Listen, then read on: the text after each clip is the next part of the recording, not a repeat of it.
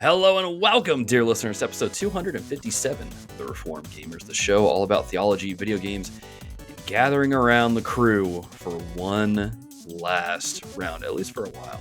I'm one of your hosts, Logan. And I am his co-host, Micah.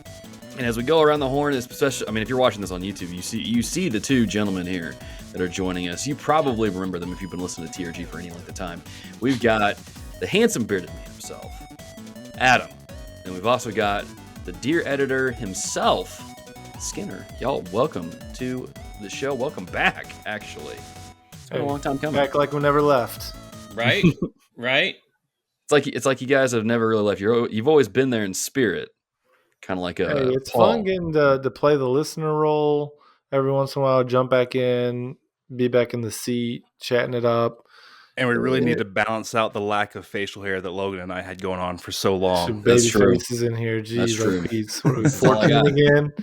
It's all, hey now. I mean, I had to trim up. The person in Japan said I had to trim it back. I mean, it was, I'd gotten it. Yeah, it was long. I'd gotten it good, but my wife actually likes it like this, so two birds, right? Most of humanity does, Skinner. Skinner just didn't want to come on here and embarrass us. Like, this is how reformed I am. There you go. I was going for the full Calvin. I really was. And yes. Starting to quote all the institutes and things like that. Good deal. Well, dear listeners, the time has finally arrived, and it kind of worked out perfectly this way, because instead of TRG ending on Christmas and ruining everybody's Christmas that morning, a few of us got sick. Skinner got sick, I got sick, and we're like, let's just do this after the holidays. And so now we're ending TRG on our 9-year anniversary, which is kind of weird to see the Facebook memory things pop up, and with all the different posts I've made over the years, I'm like, man, that's okay. That's cool.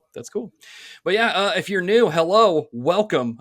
You're joining a little late, but you can kind of hang on for the ride. So you've got like 200. I think for old time's sake, it's 9-year anniversary. We're about to shut it all down for all these newbies who may be catching us for the first time. We should open up the Facebook group for one more week. One more week, baby. Let's go. No. We talked about that in the pre-show, man. Ain't happening. Elmo, gifts. No, I mean, we should probably wait till season 2 of The Last of Us TV show comes out. Gosh, no. I mean, it's like the fourth quarter. Everybody just put them up. One more quarter. No, we'll just wait until the spin-off show of the two dudes that they're pitching right now goes on air. No. How funny would that be, though, if like the group only opens whenever there's a new season of The Last of Us? Logan opens up the group and he leaves the group, and it's just like burn. Like, all right, let's open up this pit. Lord of the Flies action. Let's just see what happens. I do miss arguing with like Steven Gutierrez and stuff, like all the Xbox guys over random stupid stuff all the time. But oh well, those were the days. It was always kind of easy to rile them up, though. You ever notice that?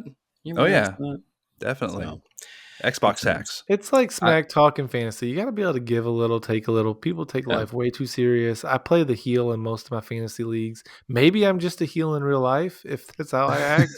But you just got to have fun with it. He's playing the villain. So just too serious. I got to relax. Just now when Adam was saying that whole line about taking life too seriously, and he just said take life, I was like, wait, is he about to say he's taking people's lives? Like, what is going on? If you take it too serious, yes. He's taking fantasy lives, yes. Fantasy lives. And I don't appreciate it.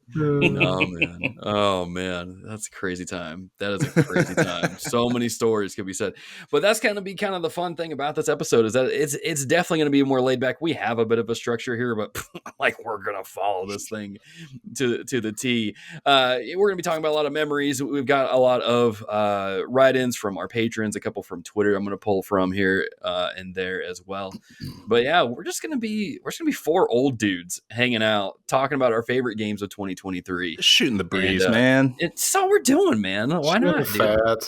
Let's just hang out. I do want to pull this right in real quick from Alex Castellanos, when he wrote this was back in December, so there's been a few episodes of Sacred Symbols since then, but he writes in and says, Sacred Symbols' latest episode is 5 hours and 37 minutes. I'm expecting this last episode of TRG to eclipse that. When this episode is over, I will be crying, so let's keep it going as long as we can. I can't guarantee we'll make it to 5 hours, because again, we're old. We have bedtimes. And, but as far as crying goes, Alex, we might be crying with you, man. Who knows? I went into this and I was having traumatic flashbacks to when my favorite podcast that got me into podcasting, the Totally Rad Show, ended. And I was bawling like a baby. You can ask my wife. She was totally disturbed. Here's her new husband of like less than a year crying like a crazy person at the end of the thing. She's like, "What's going on?" I don't want to belittle it, because being on the show and being co-host, you can you just forget about it because you just do it all the time. But think about those podcasts, or just even like a TV show or something that has so many seasons. You start to learn the characters, and you feel like you know them and stuff. Yeah. And yeah, when that goes away, think of like a show like The Office. No matter what you think of it, a lot of us, like that. When Michael left, real sad, whatever the case. Any sort of podcast you listen to over the years, like, oh man, they're shutting down, or oh, so and so is moving on. That sucks, And it's a similar thing, man. I think we've really affected a lot of lives, and Logan, obviously, the 9 years we've talked about that this has been going on. Adam, obviously, you've been here most of the time. That's not nothing. It's not nothing for sure. No, not nothing. And this is the time that I take to remind Logan that I still have not watched The Office. Man, at this point, don't even worry about it. It don't even matter anymore. You just miss out on the jokes. Yep. Oh, no. I know all the jokes. And that's the fun part. He hates it. I use all the memes. I use all the jokes and never watch the show. It drives me nuts. It drives me nuts. How the turntables. Uncivilized. Stop it. Stop it. Hardcore parkour. I hate it. I hate it. Anyway, as always, though, dear listeners, trying to think of like if there's anything else, like any kind of. I mean, I'm going to get into like what's going on with the show, like things and all that stuff, like what's coming afterwards at closer to the end. So I'm not going to spoil that at the beginning. But gentlemen, though we're old and we don't have much time to play games anymore, let's talk about some games that we've been playing, man. Adam, you handsome bearded man, we haven't heard from you in forever, dude. What have you been playing lately? We hear you are PCMR now, rocking it on your what is it? ROG Ally? Is that what you ROG Ally? I had a Steam Deck. Got rid of that. I have my back steamed. What does it sound like? 30. What is this? 30 frames per second? Bad screen. Come on. Refresh rate. Get rid of that. Out with the Steam Deck, in with the ROG Ally. Yeah, I got a bad SD card reader. Okay, forgive me. They developed it poorly. But who needs 512 gigabytes of storage space when I'm only playing one game at a time? So it's all good. I love it. I'm having a great time. With that being said, the games I've been playing have been mainly PlayStation and Xbox games on my system. As it should be. That's just who, you can't teach an old dog new tricks. Exactly. Even if he's got a high cholesterol. And so a couple games I've been playing, not to go too far back, we'll talk about some of this as we talk about some of the games of last year, but, played Spider-Man 2. Love that. Most recently, the games I've been dabbling in, TRG Kids. Love the addition of that in the show since I've been gone. Always talking about the games I've been playing with my kids and I have a 6-year-old, soon to be 4-year-old.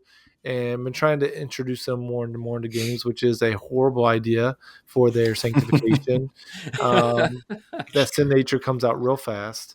And so we've been playing Super Mario Wonders, and I have to sit them down and say, listen, if we're going to play this game, as soon as we lose our attitude, we got to be done. We're not going to lose our mind over who jumped highest on the flag. Because in reality, I need to have the crown. I need to be in control of the screen. Because if not, somebody's leading us off a cliff. And I can only protect you so much. You can only be Yoshi. I can only have that, that patch where you fall in and then they jump you out again. Oh, yeah. I can only help you so much. And so been playing that with the kids. It's been fun. We actually played some Mario Party. That's been fun. Nice. A whole nother How level the of attitude's drama. That the last time was better because my wife played and we were like, okay, you get to be on mom or dad's team. Okay, yeah. Now, We've done that. I smoked them. Let's be real. No chance. Of course. But tears were much less. A lot of high fives. It actually ended pretty good. Yeah. But the best thing that we've been playing with the kids is Mario Kart. You turn on that like automatic driving. There's somehow they still go the opposite direction. Don't know how that happens. Yeah. But that's like a miracle with kids game. I'm like, I love that. That's been a lot of fun. So I've been playing with the kids. On the Ally, the ROG Ally, I recently downloaded Far Cry 6. When we were on vacation, I just said I want something that I don't have to pay much attention to, a game that I can just to shoot them up, run around. And so I downloaded that when we were back on our way back to Michigan. I've been playing a little bit of Sea of Stars. Really enjoyed it, but I don't know. I'd like to finish it, but I mean, if you listen to me on the podcast, that's not necessarily my style of game, but I'm trying to give the old college try. I think I'm going to go back to it. I do, but been dabbling on whenever I play that on the ROGL. I've been playing Far Cry, but the game that I'm most excited about that I've been playing recently is Final Fantasy 16. It's the one that I'm like, okay, if I have the window at home, the TV, what's the game that I want to play? That's the game I want to play. Yeah, it's been a lot of fun. I'm probably 6 or 7 hours in. So I just got like, if you've played the game, I just got like my second like special ability. Okay. Yep. And so the cutscene, I mean, the game is bonkers. Like some of these cutscenes, I'm like, what is happening? Like people are transforming into all kinds of creatures, but I am enjoying the story. You know, it is kind of that Game of Thronesy type story. Yep. So I've enjoyed the time. The action gameplay is a lot of fun. It's much more up my alley than more of the traditional JRPG Final Fantasy games. So that's probably the game that I'm most excited about that I've been playing. But as I was sharing in the pre-show and before that, man, it's hard at night. I'm like, I'm really tired. I want to play video games. I kind of just want to space out. And so finding that window, my time in TRG had come to an end about a year and a half ago, maybe 2 years ago. And so my gaming had already decreased a lot, and that's only continued just as ministry's taken off, life's taken off, kids, all that good stuff. Again, things that are way more important, but I always do enjoy the time that I still get to set aside to dabble in some video games. And I still am in the fantasy critic. I still get excited about it. It's still my favorite hobby to track.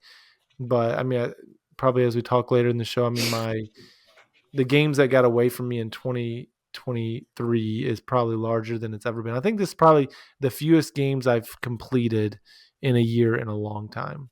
Probably since we started the podcast, honestly. In the last 9-10 years, this is by far the fewest games. That's still compared to a lot of people played a lot generally, but it's by far the least I've played in a year and 10 years. Yeah, man. It is what it is. It comes with the territory. But man, I'm not mad about it. It's I'm grateful for the things that God. It's not. I don't say that in bitterness. It's just the reality of life. You're just replacing it with fun memories with your family and other things that you're doing. Yeah. Ministry, God has been super gracious. Again, this isn't about where we're at in our lives, but I'm very grateful for what God has given us in a church family, the ministry I get to be a part of and lead, and the joys that come with that. I mean, of course, I need to space out. I do that when I can, but there's a lot of really joyful, great things that God has given me that, of course, need my time and focus. So family is part of that. Ministry is part of that. Just a lot of really good things. Absolutely. Well, that Skinner is awesome, dude. That is so awesome. Kicking it off to you, man. We know you're like 3 generations behind. So how's Pong? How's those games? You know, like Infamous 1 is amazing. Have you guys heard of this game called Spyro? It's like there's this purple dragon. It's crazy. Absolutely. We did pick up the remake of Spyro last year or the year before when it came out on the Xbox. That's like what the first 3 in that one there? Yes. That's a great game. Yeah, that's a good one. That's a good collection. No, actually, so while 2 years ago 2022 was the year of the platinum for me, and I was playing all the 2018 games 4 years later. Last year was, I completely relate to what you're saying, Adam. I mean, just as we started to gear up more towards getting toward the mission field and all that, my total playtime when I got my wrap up from PlayStation for last year was 182 hours. That's not for bad. the year. Hey, it could be worse. Yeah, it could. Most of it was in Death Stranding, director's cut. Yep, that'll do it. That'll do it. Nice. Oh, I still love that game. Like, I thought that was great. Hey, I played on the deck and I loved it, man. Yeah. I like so far the kind of the life affirmingness of it, and a lot of the stuff that was spoiled for me when I edited the podcast for it. Comes with territory. It does. It really does. But it's made me appreciate it even more, because now as I see those things come up, I'm like, oh yeah, this is something we talked about and how cool it was.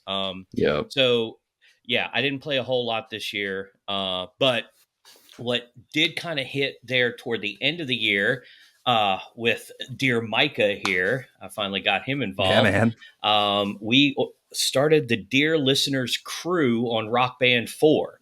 And we almost got to the top. We almost got to the top. My kids are loving it. All four of us in the family, when we go to play it, we all play. So my wife's on drums, my daughter's singing, I'm playing bass, my son's playing guitar.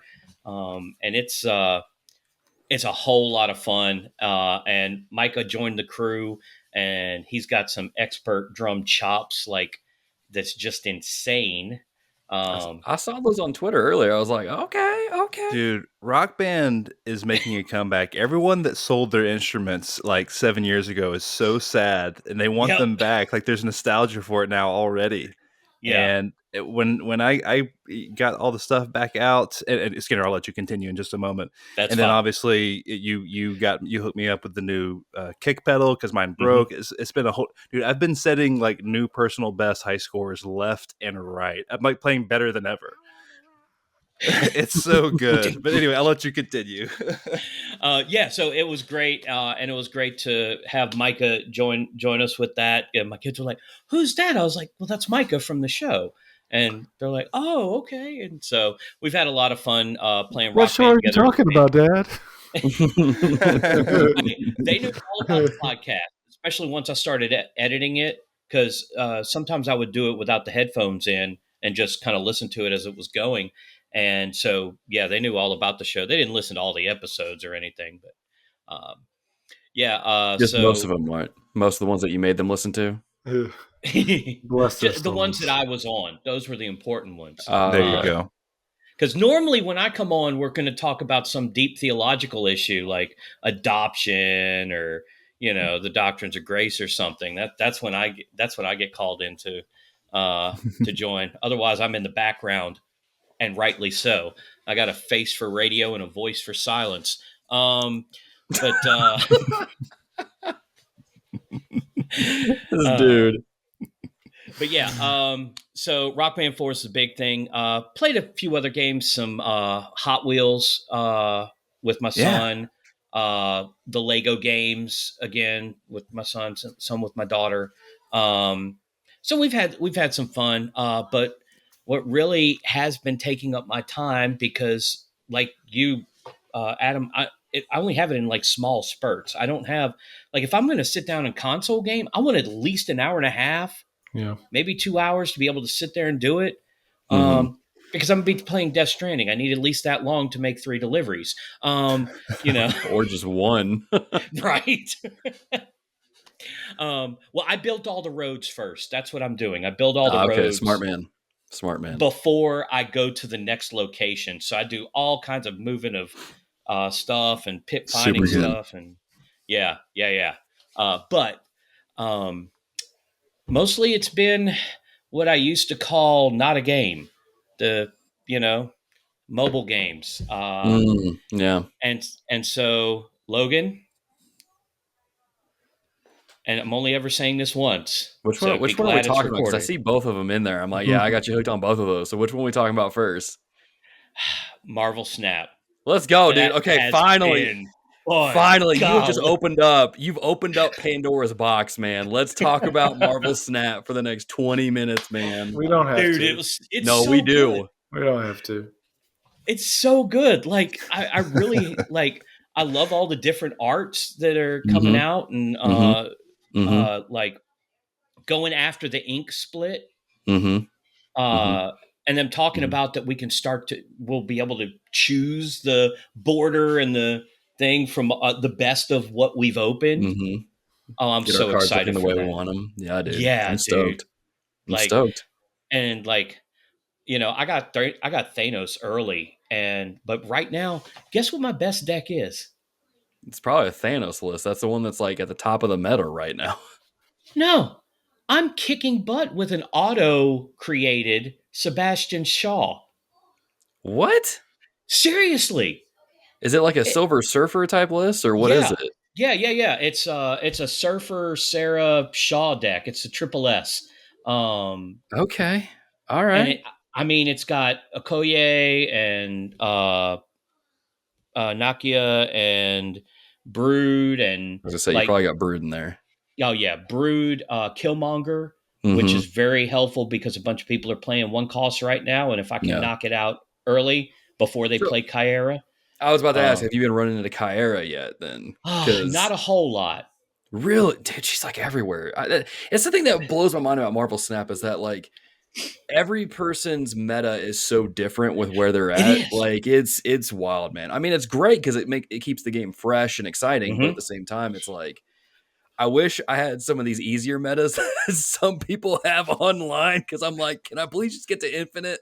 I'm tired of this grind already. I don't got time for this anymore. I have yet to hit infinite. The highest I've gotten is 80. That's pretty good. I'm sitting. Let's see. I'm just got back in the 50s. Okay. This new season. I haven't Mm-hmm. decided yet if I'm gonna go after this pass or not. Yeah. I'm not really. Nothing's really drawn me on it. Mm-hmm. Like I really like the Sebastian Shaw Yeah. one Yeah. because I mean you can build him in the deck, you can build him in your hand, you can build him once he's on the field. Mm-hmm. Just I'm enjoying it and it's doing well for me. And yes, also thank you for Coffee Golf, even though you have now disappeared. Yeah. No, I got tired of that game. I was done with it. It's not showing. Uh, I was getting around to coffee golf in while you guys were talking about Marvel Snap. oh, okay, all right. I've added some stuff since I probably left are you- down here. Are you on my friends list? Because I need to fix that if you're not. I don't understand what just happened, but it says that I am the theologian. Okay. You are? That's what it just said. I don't understand how this happened. Somehow I've hacked the database. Well, sounds good, man. Get my scores up because I haven't played in months. I don't know what is going on. Yeah, me and Mo were going crazy. What in the world? I don't know. But Crazy. yeah, That's weird. me and Mo were going crazy back and forth. It was a real tight November. I won December though. Very good. I think Mo is going after the pro tour that they added, which is it's fun. I like it. Oh yeah, So- you haven't been playing. I haven't been playing, so what all have they added into it? Because the last time I played, they had teased that they were putting something in, but that was around the time that I had stopped playing it. Pro tour, man. It's now a battle. Okay. Two people go in, one person comes out the winner I just beat my Best first person, actually. of 5 holes. Sounds like a great way, a great thing that would probably make me throw my phone through a wall.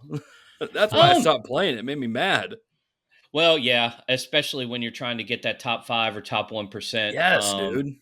And I'm getting there. But yeah, they've also added different terrains other than the green. So now there's a desert style. It's not. It's sand colored, but it doesn't act like sand. Oh, okay. Okay. I was about to say that sounds terrible if it's just one giant sand trap. So they changed the trees. The trees on that one are like palm trees, which is basically they took a stick and put a lily pad on top of it. Okay. And so you can hit it on top of the tree. Okay, that's kind of cool. And then shoot from there. And like one of the holes is at the top of a pyramid with the top cut off. Mm-hmm. So that's one of the holes you have to hit into. And then they have this castle style one where it's rocky sides of the extended levels, and there's a giant castle, and another one's like it's kind of grassy, but it's autumn. The trees are shaped differently, and you can like there's a windmill, and you can like hit it through the windmill up underneath sometimes. So yeah, they've added a lot then. Yeah, it's still fun. So my wife, on the other hand, is very mad at you for showing me both of those games because she says I spend too much time on my phone. It's understandable. It's understandable. So between that and Duolingo, yeah. You're just on your phone all the time. Right. And the thing is, I just, language classes, trying to find partners to get to Japan. Sure. Still doing stuff at the church, even though like I gave up being over the media there too. Like when I gave up the podcast, it wasn't too much later. We stopped doing everything. Like I stopped doing Trail Life. I stopped doing the media, and we went to straight focusing on stuff for ministry in Japan. So a lot of what you said, Adam, really resonated with me. Don't have a lot of time to do a lot of gaming, which is sad. But at the same time, I think I'm doing better stuff. Yeah. No, it's true. It's true. We're probably one of the few gaming podcasts out there that would say something like that. Or the gaming podcast that no one's really ever playing video games anymore. Maybe Micah and Logan are actually playing games. That's the real reason why. Games that we'd like to be playing. Yeah. I'd love to be playing Spider-Man 2 or Midnight Suns. I would love to be playing those games. Yeah. All in good time. Yeah, I've been making up for lost time for the rest of you guys. I've got tons of games ready to roll. I was going to say, Skinner, it's probably nice that you're able to play Spider-Man 2 and not have it spoiled for you. Until I forget, and then because I'm not going to play it for another 2 years. I mean, I don't even have PS5 yet. I got PS4 and PSVR. Yeah. Heck, the game that I kickstarted, that I helped back in Kickstarter, Abduction, that I drew last Fantasy League. Well, they decided like a year ago, we're not going to do it on VR1. We're going to do it on PSVR 2, which wasn't even a thought when I backed it. Yeah. So now I'm not even going to get to play it in VR. Yeah. Not yet, anyway. No. Soon. Not soon. No, it's. Well, soon's a relative terms. I mean, like, Jesus said he's coming back soon. Yeah. That's what I mean. I mean the biblical soon. I guess maybe when I take over editing another podcast, that's when I'll get my next system. There you go. That's how I got the last one. Yeah. Thanks, Micah, man, you said you've been gaming enough for all of us, and honestly, looking at the docket, dude, you have the most games on yours. This isn't even everything I've played. The holidays, dude. That's all I did, man. It was like I needed a break so bad. Like work in 2023 was pretty crappy, and I was just so ready for a break. And dude, I played a lot of games. Got an Xbox over the break, so dove into that. Kind of re-dove into that library because I had Game Pass on the One X, but there was starting to be games I couldn't play. So first starting off with, I think I may have mentioned last episode, Power Wash Simulator. Yeah, just kind of cruising through that. That is obviously like the chillest game on the planet. Pop on a podcast, hose down a house, boom, 20 minutes. It's a good, like, yeah, I know. It's like 10, 20 minute in and out kind of thing. Really, whenever you want. Power Wash Simulator is just fun.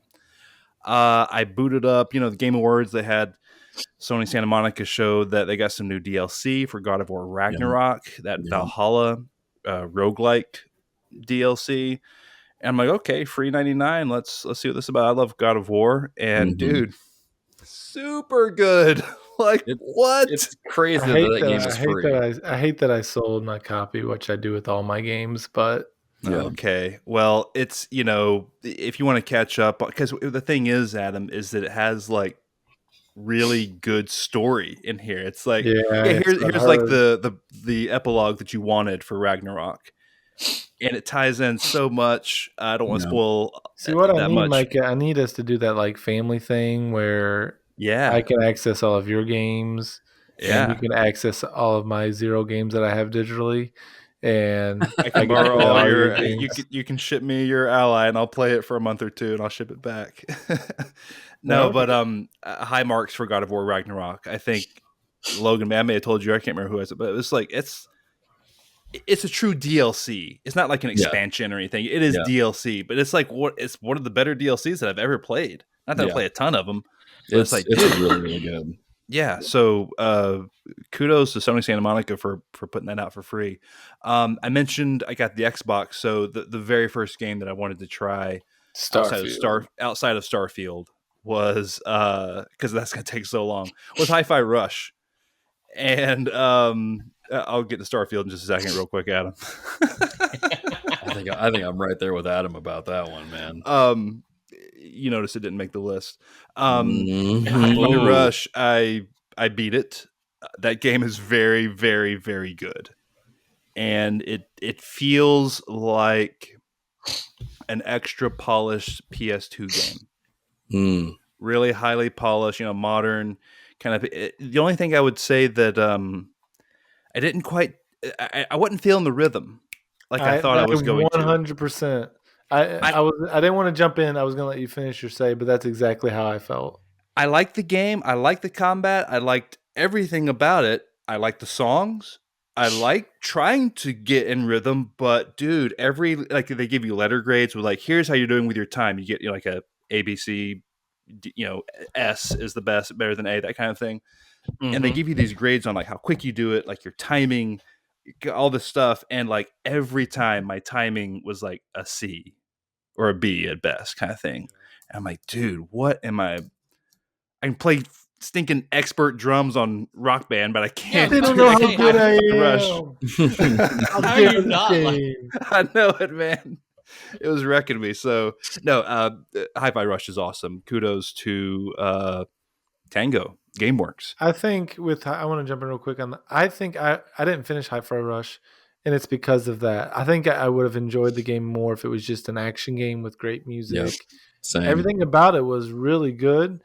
But the rhythm part of it turned me off. I know a lot of people liked it because of that, but it turned me off to actually finishing the game. I love like all the Seinfeld references, all those things were so good, but the rhythm part of the combat, I felt like I wasn't playing the game that the way they wanted me to, and even like there was almost like some of the different counters and like they would have a special attack and you have to like block it or parry or whatever at the right time. And I felt like I don't know if I ever hit one of those right because I couldn't figure out when they actually wanted me to hit the button at the right time. And so I really get why a lot of people like the game for the most part, because I know now that Game of the Year, all this stuff, people are talking about their top 10. I understand why, but the rhythm piece is what crushed it for me personally. Yeah, I totally get that. They go to great lengths to make you feel comfortable early on in the game to make sure you're good. And, you understand all that kind of stuff. But even still, like in the mix of the action, it's like I want to hit you when I want to hit you. I'm not going to wait like a second before I hit you. It's just it felt kind of off for me. So with that minor gripe, I still love the game. It's in my top 10 of 2023. Planet of Lana is the last title I'm going to talk about at length. What is this game? This is an indie game from I forget the name of the developer. Forgive me. It might be their debut game, but it has a outstanding soundtrack by the same guy that composed like Star Wars Clone Wars, like the animated series. Okay. It just got nominated for best score at the DICE Awards this week. This game did. For best music, and it deserves it. This game is basically like I described it on Twitter as like this game would have been a smash hit if it released on Xbox Live Summer of Arcade in like 2011. Okay. and was basically like around that time with Limbo and all those kind of games. It's like Limbo in its kind of puzzle solving and just kind of how you get through the world. Some cool 2D set pieces, some great art, endearing plot and story, and just a fun 4-hour game. It's I've like, got it downloaded on my Ally, but I've never booted it up. It was one of those that I knew was it's like solid from the Fantasy Critic 2, League. maybe 3 sittings. You could knock it out in an evening if you wanted to really, kind of marathon it for a little bit there. I highly recommend this game. This is a don't overlook it kind of indie game. Got it on Game Pass. I think it's just for Xbox as far as console space is concerned. Okay. But Planet of Lana, really great 2D game, kind of action platformer. Yeah. And then lastly, before I hand it off to you, Logan, I'll just talk about my 5 hours of Starfield. Dude, this is like, I know 5 hours is early, but like this is all the time I've had with it yet. It doesn't have that magic that Bethesda games usually have. Yep. And it's because of it's the bespokeness of the world and the cities and like going in and out of orbit. I thought you were going to naturally fly in and out of planet orbit, kind of like No Man's Sky. I don't know why I thought that. Oh, no. That was a wrong expectation, I guess. But it's not grabbing me. It's like, boy, this still feels that NPC. You look stiff still. Yep. I think we talked about this a little bit when you played it some. I'm going to give it a longer shake, but it's like Fallout 3, Skyrim. I'm like, dude, yes. What is this world? Like, I'm just gonna go this way. I'm going northwest. Yeah. There's where I'm going. And you just go and discover. And this game is not that. Yeah. So it's really that's kind of my thoughts briefly on Starfield. My I unfair early thoughts. I finished one of the like main paths that you can do. I was like a space pirate or something like that. The red, what was it? The red Crimson Raiders. Crimson Raiders, yeah, or whatever it was. I finished that like main story, side story stuff, and I felt like that was my ending. I'm like, okay, I'm done with the game. I didn't even finish the main story. I don't know what the main story, how it goes, but I'm like, this is a strong enough ending where I can say, hey, I put 15 hours or so into it. I had basically a good time with what I played. Yeah. And we'll just call it this instead of trying to force my way, bang my head up against the wall just to finish a game that, back when I was on the podcast, what did we say about Starfield? This game has got to hit. Yeah. Like we said that like 100 times. Yeah. Starfield's got to hit for Xbox. It can't not hit. It can't. And then, kind of wet the bed. It was like a solid 7 to 8. Maybe I'm being unfair. Maybe an 8 out of 10. But it wasn't the 10 that it needed to be. I was going to say, even recently over on Steam, the reviews dipped down to either mixed or negative or something like that recently. And I'm like, crazy. Yeah, that's I know there's a lot of people that like it that are listening to us talk right now. They're like, dude, no, man, you don't understand, blah, blah. Micah, what are you talking about? 5 hours? Like, play it, man. Actually play it. I know what I hear you, but like, we can all agree it's not hitting like classic Bethesda Game Studios games have. If you like those games, it's probably a great, like Pastor Drew at our church, we were talking about him a little bit earlier in the maybe pre-show. He did all of it. He's like, oh, I've played so much of that game. He's like, but this is what I do. He's like, I love these games. I'm like, great for him. And he did, I think, all of the storylines, which is nuts. But it's like his binge game. If he is just messing around, he jumps in there and does that. So there's definitely those people that really do like it. But I think even the people that really like it can realize, okay, even as much as I like this type of game, it's got plenty of flaws. Yeah. It's a bummer. I will say, and this is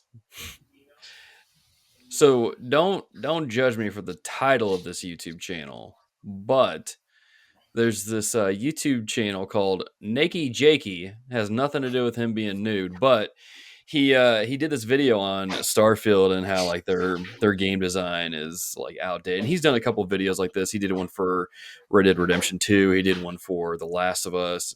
So really good, insightful videos. I mean, I would just point to that and say like, yeah, that's pretty much how I feel about the game. Is it just didn't hit for me. It also didn't help that there was a game that came out that just made everything else look just kind of like lazy in several different ways I'm going to get to here in a little bit. But yeah. I guess no. Does that segue it to me, Micah? Yeah, no, it does. It does. okay. And Logan, I'm going to actually, I don't know if you know this or if you're, but the NDA lifted early for those who are playing the Suicide Squad beta. If you would like to talk about that. I can talk about Suicide. No, we don't need to talk about Suicide Squad. Are you playing the beta? I played in the closed alpha back in November, and I played it for a few hours. Let's just talk about it. I mean, I can. Yeah, that's why I brought it. It's like we can actually talk about it, and you're not going to get in trouble. So that is perfect. Oh, freedom.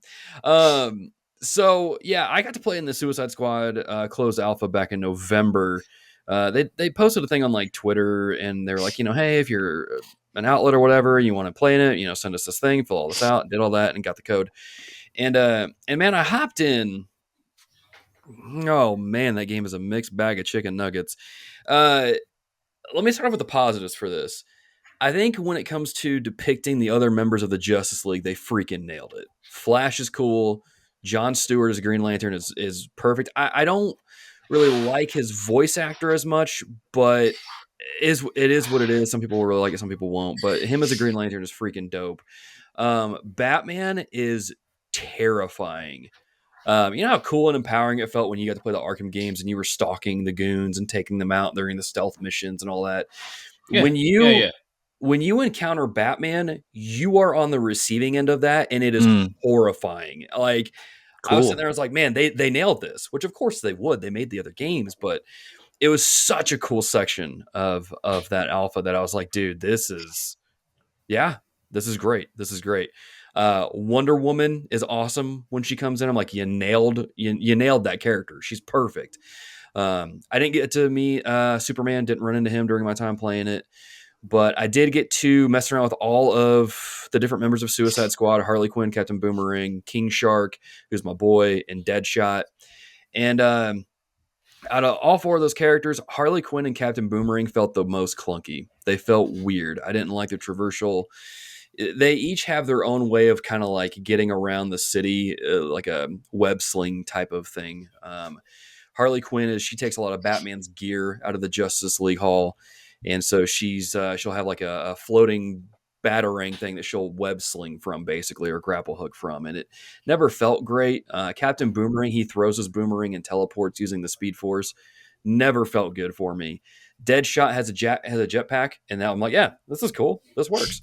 King Shark just jumps across like 20 feet, and it's like, yeah, this is great. I like that. And then he clobbers things. So I gravitated towards Hulk King smash. Shark. Yeah, I mean, he's basically the Hulk. So, I mean, I gravitated towards King Shark. He has a chain gun, which just was awesome. And so I liked King Shark. He was my favorite out of all of them. Apart from that, though, that's kind of where, well, I need to also say the game visually looks great. Really just stunning in spots.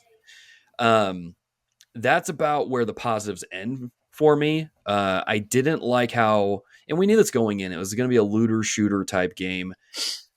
It is very looter shooter. It is, when you get into these encounters, it is nothing but shooting. There's a melee thing you can do, but it never really felt that great to me. You're just constantly shooting, and I'm like, this just feels. The gameplay looks like Fortnite. Yeah, it controls like Fortnite too. If you've played Fortnite, that's how the controls feel, and it just. I'm out. Yeah, I mean, it's one of those things. I can see this game doing well with a specific group of gamer that like that's what they want to play. But I think for a lot of people, specifically those of us that have come from the Arkham games, I don't know that we're really going to dig the game all that much, especially when the encounters just really resort or dial down to pump this guy full of lead. And that's it. There's nothing really interesting about it. And by the way, that screenshot that leaked however many months ago of the menus, yeah, that's the game. All those different types of currency, yeah, they're up there. I don't know what they're for, but I personally don't like it because that seems very grindy to me. And so it just kind of screams Destiny 2 all over again, which is a game I don't really care to return to. The controversy the past couple of days, Logan, has been the screenshots of the UI. Like just it's like just like barf UI. Like there's so much stuff on the screen. Is that like? Did you feel that? I'm going to be honest, I don't really remember the UI being that big of an issue for me. So I don't know, maybe I just like tuned a lot of it out or whatever, but I know the big things that I took away from it that I didn't really care for was how empty the city was. And I had actually forgotten about this until I saw, I forget who one of the producers of Sacred Symbols is. It's not Dustin, Ben? it's the other guy, Ben. He tweeted out about how like he played it for 5 hours and he felt like most of the time he was watching cutscenes. And I was like, you know what? Yeah, the game does interrupt you a lot with cutscenes or some kind of banter or something like that, to where it keeps you from progressing. And I'm like, yeah, that was a big part of it too. So yeah, it's just like I said, I'm real interested to see how people take to this game, especially when it comes to things like the writing. I didn't find the writing to be all that great. The humor never landed for me. The banter between the other characters was about the equivalent of a JRPG, which is never good. Usually, it's just like, please shut up. Let me just play. But yeah, man, it's going to be interesting to see when this game launches. I know it's early and it's a alpha, quote unquote, aka beta. Yeah. How would you compare this to something like Anthem? Is it Dead in the Water the same as Anthem, or like has a better chance? I don't. I mean, Anthem was pretty cool though in the previews. I feel like this game has a better chance of it just because I've seen more positive reception of it on Twitter, because the For You timeline keeps feeding me all this Suicide Squad copium accounts. Yeah. And so I think it has a better chance than Anthem. But again, like I said, I'm real interested to see kind of how people are going to take to this game and how people respond to it, and kind of go from there. I'm not going to be picking it up at launch because Persona 3 Reload comes out in the same month, and I'm getting that instead. But if I do somehow wind up... It comes out in February? Yeah, February 8th, I think. Heck no. Get out of here. Yeah. Yeah. Oh, no, Suicide Squad comes out like a couple weeks after that. So it's like, yeah, between that and what's the other one comes out in February? Helldivers 2. Final Fantasy, dude. Final Fantasy. Yeah, it's going to get left by the wayside just because of where it's releasing.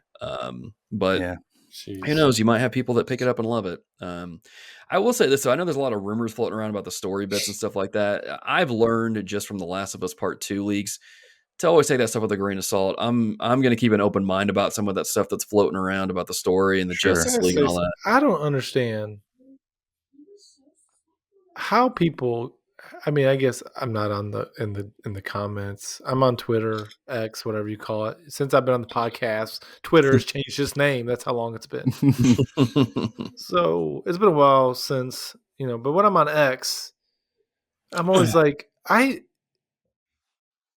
don't know how stuff just gets spoiled for people. I'm not searching stuff. I mean, maybe I'm not popular enough that people go in intentionally, but like games are like, hey, leaks are on the internet. Be careful where you look. I'm like, where do you have to look? Because I feel like I'm pretty plugged into the internet, and I never see these so-called leaks. Yeah. Or spoilers, are you using the following tab or just the other? Either. I need to stay away from the For You tab. That one gets stay away from that tab. Mine's all stupid sports stuff, usually. See, there you go. That's why. Oh, yeah, then you have nothing to worry about that. Yeah, takes on the Cowboys, usually. I pulled mine up, and the top one's the Japan Times. There you go. Exactly. I'm not going to pull mine up, but yeah, it's just, yeah, man. It's this game's going to be pretty interesting when it comes out. But I don't know. We may not even hear about it because we're busy playing all the other games coming out in February. Someone's going to come in my comments and spoil a game for me for sure. Did you know that Samus is a girl? It's gonna be one of those. They're coming for me now. The trolls are gonna be like, "Oh, really, Adam?" Well. But speaking of trolls and things getting spoiled, I've been on my 2-year journey through the Trails games, and I'm finally into the newest one, Trails into Reverie. 40 hours into it. I'm on Act 4. I can't say anything about it because if I do, I'll spoil it. But I will say that it's one of those, you know how like back in the day when we would play a game on like Dreamcast or N64 or whatever, and we knew just when we were playing it, like we're playing something special. Like you just had a feeling about it, right? Yeah. Crazy Taxi, Skies of Arcadia. I feel it every day Tekken. with Power Wash Simulator. Oh gosh, So Micah, The calm. shut very up. first Mario Kart. Something like that, dude. That's how I feel when I play this game. I'm like, I feel like I'm being taken back to my childhood, man. Playing some old school JRPGs or like some fun, something special games. It's cool, man. All those games that I played through, a lot of stuff is just paying off, and things are getting nuts. And man, good time. A little too much anime tropes though, with the head padding, the backwashing stuff. I'm like, guys, I'm not about this. Can we get back to fighting and Max and What's all that wrong stuff? with that? There's nothing wrong with that, sir. Nothing I can wrong give with you. that at all, sir. Okay. Golly. So Some call it service. Don't be so Stop, that makes it culturally worse. insensitive, sir. Stop. that makes it worse. So to get off this, I don't know how this always happens when Trails comes up. It always gets awkward and cringy. I don't know. I guess it's the nature of the game. Anime was a mistake, but one of the other games I've been playing, man, I've gone back and forth with this game a lot, and that is Baldur's Gate 3. Flip flops. A lot of flip flopping, man. I played my first thing. I didn't finish the game, but I played through as a ranger. I was like, man, this game's hard. I'm really struggling with a lot of the combat. I was like, you know what? I think I'm finally done. I'm fighting like 20 enemies. They're all just destroying me. I don't know what I'm doing. I think I'm done. And then, of course, the flip flops. I was like, well, let me get on YouTube and look up some build guides. Maybe figure out I did something wrong. And then after watching 5 of those, I was like, let me roll a barbarian and see how I go. And then 40 hours later, I'm in Act 3, and I've just decimated literally everything in the game so far. I killed a boss just by throwing a pair of tongs at it. Super That's how good. powerful my barbarian is. It's kind of awesome. Right. And yeah, man. Yeah. I mean, Baldur's Gate 3 is really, really good. If you build out your characters really well and you take the time to understand the combat, how it works, kind of do some planning a little bit before you get into the fights, do some exploits and stuff that isn't really exploiting because it's there because Larian put it in there for you. Paying attention to your scenarios. Like if you see water and you see enemies run through it, shoot lightning at it so it electrifies it and then electrifies the enemies that run into it, those sorts of things. And the game has a lot of depth to it. They really give you, and I didn't understand this in my first time playing it, but they really give you so many tools to make every fight pretty much trivial in a lot of ways, whether it's building out your character a certain way and giving them certain spells, or kind of setting things up a certain way in the battlefield to where it's like you can bottleneck enemies or completely freeze them. There's so many ways to tackle the combat to where you can actually turn a boss into a sheep, throw them off the edge of a cliff, and you're done. Or kind of like Metal Gear Solid 3, you can kill that boss way earlier in the game so they don't show up later on. There's so many ways that you can handle these things. There was one encounter particular that I was really just hating that made me quit the game, and it took place in this giant tower. I didn't know that early in the game you can infiltrate it and say, hey, I'm actually a bad guy. I'm here to help you, and just assassinate everybody. So when you come and storm that tower later, it's kind of a breeze. You can just walk up to the boss and be done. And so it's a really smart game, but if you don't know D&D at all, like I didn't, there's a bit of a learning curve to it. So I highly recommend. I tried it, man. I wish it was a game for me. Like D&D may just be something that at this point it has passed me by. Yeah. But like I did the 2-hour trial on PlayStation Plus. Okay. And I'm like, all right, let's create a character. I'm not going to spend a lot of time here because I don't know how much time I got. And let's just get in here. And I started playing, and I'm just like, even in the intro, I'm like, there's just so much going on. And, again, I don't want this to be the big excuse, but it's like when you only got so much of a window to play, like I feel like, again, you really got to dive into that game and the depths of it to really enjoy it. And I'm not there right now. It's one of those things that maybe, again, Larian has said it's going to never come to Game Pass. Well, maybe one day if it comes to Game Pass. Sure. I can try it out again. Like, Mike, I know it's not really your style of game either, right? No. Have you been tempted to, like, try it at all? No, not at all. Just like I'm not tempted to really play, like, Cyberpunk or, like, The Witcher, really, or anything like that. It's just like, no, that's too in depth. Like I don't need The to have Witcher like is so good. tablet by my side the whole time I'm playing, kind of thing. Like, I ain't about it. Yeah. The Witcher is Just very play the real different. thing.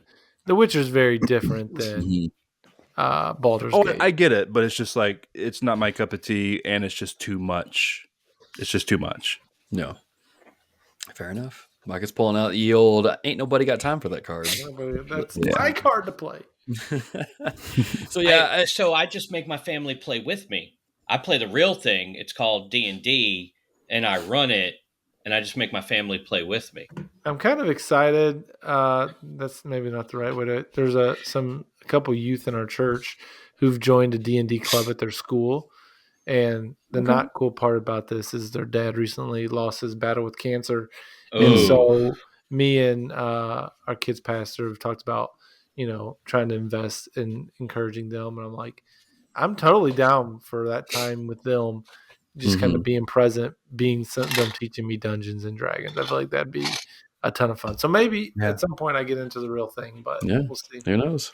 It's fun. It's fun. I've been doing it for years, so I'd like to get into it. It's just like there's no one here local that. Well, I'm also an introvert too. It's called Roll20, sir. I don't know what that means. It's basically D&D online. It allows you to connect like this with maps and tokens, the whole 9 yards. It rolls for you. See, that just sounds like too much now at this point. I'm just going to go play as my role. You got to play your role, though. You have to dress like a wizard. Hey, the last time we did it in the dungeon, the Reformed Dungeon group. That sounds so bad. It does sound really bad after I said it. I was like, guys. Anyway, we had some quarterly one-shots based off of gaming and stuff. But this last one, I actually played as Harambe, and I printed out an 8 Gotta rest her soul. And no, I did Harambe well. And it was hilarious. Yeah. But he could speak telepathically. It was good. It was good. I mean, we had a kaiju battle. I mean, at that point, we don't need to go down the trails of what happened in this D&D trails of D&D dungeon instead of trails on the river. It's trails of dungeon. Should be on my YouTube. So anyway, all that to say, Baldur's Gate 3 has been a trip, and the thing is, I don't know if I'm going to get to play it really because, like, now that I'm back into school, I mean, the main reason I dumped so much time into it is because I was on Christmas break. I'm like, what else am I going to do? Let's play some. Summer's coming. And summer's coming, so maybe I'll finish it then. But yeah, it's been a good time. And then the other game that I played over Christmas break, me and my wife were sitting there looking at some of the games, and we're like, man, what can we play together? And she's like, why don't we play Overcooked 2? And I'm like, get out of here with that. What are we trying to do? Ruin our marriage? Let's go. And here we are. And I have 67% of the trophies in Overcooked 2. And me and her were both like, why don't we just platinum it? I'm like, yes. Let's do it. We already got 3 stars on every single course. Let's unlock the Kevin levels, get 3 stars on those. Play the DLC. So it's been a good time. We haven't yelled at each other a whole lot, which has been nice. But man, I don't know, man. I guess 11 plus years of marriage will produce some quality teamwork and communication. So it's been good. My one major gripe about the game, though, is Team 17. What's y'all's problem here? Why is it that me and my wife can play couch co-op, but she doesn't get any of the trophies as we're playing the game? Dude, no, stop. I literally just beat Overcooked 2 with my son, and we were both getting trophies.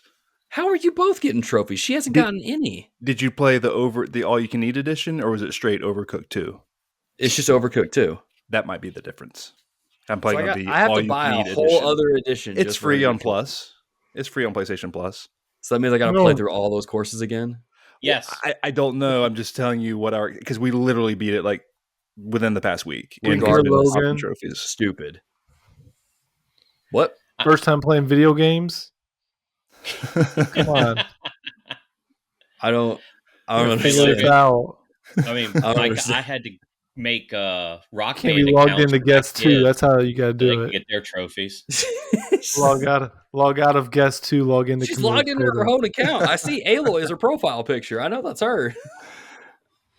Oh, jeez. No, yeah, no, Anyway. I saw you complain about that. I'm like, wait a second. I was literally just popping couch co-op trophies in this very game, but I had a feeling it maybe was This the is like one of those situations where my package. wife's like, Adam, this isn't working. And then I come over and I pick up the remote and I do, turn it on. And I'm like, what do you It mean just it's starts not working. working? And then she's like, you saw me just try this. It's like the next time you guys go in, Micah's like, Logan, did you just turn the switch on? Turn the switch on, he He's says. trying to get the trophies on the Switch. Turn it off and back on again. I got the trophies for everything. I'm the one with the trophies. She just has none. So it's like she never even actually You played can it. go for the platinum. She can just Yeah, I'm forget gonna it. go for the platinum, so I'm gonna get it, and she's gonna There you help. go. And but it's still just like, what the It heck? will be a shared platinum. Exactly. It'll be a shared platinum, much like well, yeah. Anyway, I don't know. This is But this is the real test of your marriage. It's not the end game. It's will you go back and get the trophies with her? I've considered it legit because I'm like, this is so stupid. She needs to get this platinum too. So I've definitely considered it. I don't mind doing it. It's a ton of fun. if you're going to redo it, then you might as well do the new free edition so you can just do it that way. I bet it's double trophies. And you might as well stream it. Look at all those great ideas we're giving you. I like it. I like where you guys are leading me. I'll look into this stuff and then report back on YouTube, I guess, or Twitter or something. I don't know, because it won't be on the next episode of the podcast because there won't be one after this. At least not for a while. There will be Discord, though. There will be Discord. There will be Discord. But speaking of games, I mean, we just talked about a lot of really good games we've played recently. But 2023 it's got to go down as one of, if not the best years of gaming just ever. Like, it's an insane. I mean, Michael, we were talking about this when we were looking at the fantasy league stuff, just comparing the amount of games that came out last year to this year. Man, this year was slim pickings. It was hard drafting games this year. Last year just felt like no matter what you got was going to be good. Maybe not great, but it was going to be good. Right. Unless I was picking. Unless Mr. I'm going to draft Lord of the Rings Gollum or whatever it was you drafted over there. No, I bought that for $1. I bought that for $1. Isn't the line from RoboCop or something? Anyway, so yeah, we've played a lot of really good games, man. So it's that time of the year, man, where as we celebrate 9 years of TRG, we just talk about some of our favorite games of last year, and we got them broken up into categories here, and we'll kind of go through those just however the conversation goes. And we got to start things off with, I mean, this one I really want to start with because this is always a fun one to discuss. Oh, yeah, sure. The broken controller, the one that either frustrated the crap out of us or maybe disappointed us so much to the degree that like we had to break the controller. We had no other recourse than to take out our frustrations on the controller itself. And so let's kick it over to Adam, man. Was there a game that you played last year? And again, these games don't have to have been released in 2023. That's just how we do things here. And if people don't like it, well, you can go kick rocks. But was there a game that you played last year that just either frustrated you or was like, man, this is a massive disappointment? So much disappointment. You broke your controller, man. This is probably one of the years where I don't have as many of these. I can't say that there was any that like totally just infuriated me. Like there were probably some moments I was trying to think. I know there was one moment game where I'm just like, okay, I'm going to try this one more time. I mean, I think there were even maybe it was a couple fights in Spider-Man 2 that I can't remember which one. I feel like there might have been a couple fights in Spider-Man 2 that were pretty frustrating. But probably goes back to the game that when Micah was talking a little bit earlier about Hi-Fi Rush, probably just the inability to hit the game at the right note is probably the most frustrating thing. And so if I'm going to give one away this year, that would probably have to be my pick. Fair enough. Skinner, what about you, man? I actually had a couple of them. Okay. One was the, most of the games that I get are PS Plus freebies for the month. Sure. They gave the new 2K23 golf PGA game with Tiger. Okay. I played the 2K21 and I was like, this is legit good. I had a lot of fun with it. I was doing fine. I started playing 2K23 and I was like, the controls are garbage now. What the heck is going on? Like, I mean, I legitimately was doing fine at 2K21. I mean, I'm hitting drives, I'm hitting greens in regulation, fairways, I'm blowing the competition out of the water, and I can't hit anything. But the real one, the one that really I almost threw my phone through the wall on, coffee golf. Yeah. Yep. Because, all right, I like to play kind of skill based games. I know there's going to be some variance, but we talk about the RNG a lot, especially when we talk about Marvel Snap. And the RNG on drives is just ridiculous. It's abysmal. It is so bad. And it's like you could have it perfectly lined up. And so some of those courses to get the top 5% or top 1%, like you literally had to hit like 3 hole-in-ones on some of them. And it was like literally just sitting there, restart. Nope, restart. Yep. No, restart. It just see that's how you know Skinner paid for the game, because he has multiple restarts. I was about to say I ain't getting none of that. At first, I was watching. I Wonder was if I watched watching the ads for it. video. Yep. I was watching video for it at first. But yeah, like that one. I almost. There's been a couple of times where it was like right there on the lip, and I was like, Yep. Yep. and just then I had to stop myself because that's my only phone, and I'm Get not in the hole. Yep. Are you too good for your home? Happy Gilmore on it. Yeah. Yeah. No, man. I can understand that one all too well. All too well. But so basically, you guys are saying you don't have a ton because your controller is your system, like your cell phone. Then Adam, your ally. You can't break these controllers. You break your system. These things, man. Yeah. Break these things. So you gotta keep it in check. I've got plenty of sin issues. Anger's not sanctification. Usually Sanctification. That's what it is. It's sanctification. There you go. That's funny. I think my broken controller is going to be the PlayStation 2 VR game, PlayStation VR 2 launch game, Horizon Call of the Mountain.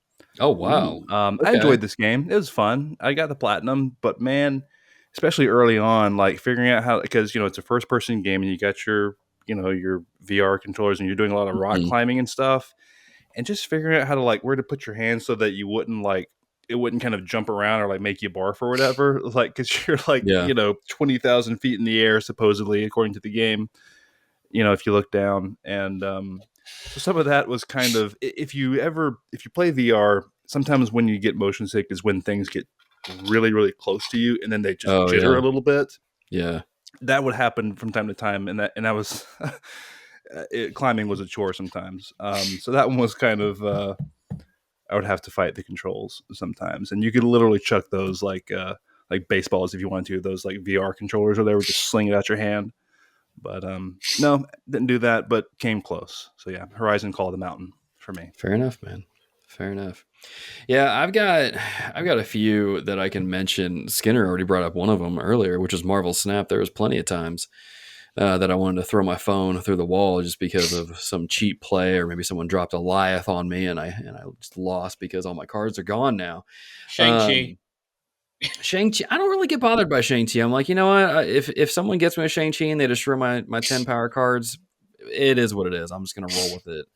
But Goliath is that card needs to be deleted from the game. Even though I use it, it needs to not be in the game. I was about to say, I know you use it. But hey, man, if you can't beat them, you join them. So that's one I could easily say. But I think the one that honestly almost made me put my controller through my TV was Baldur's Gate 3.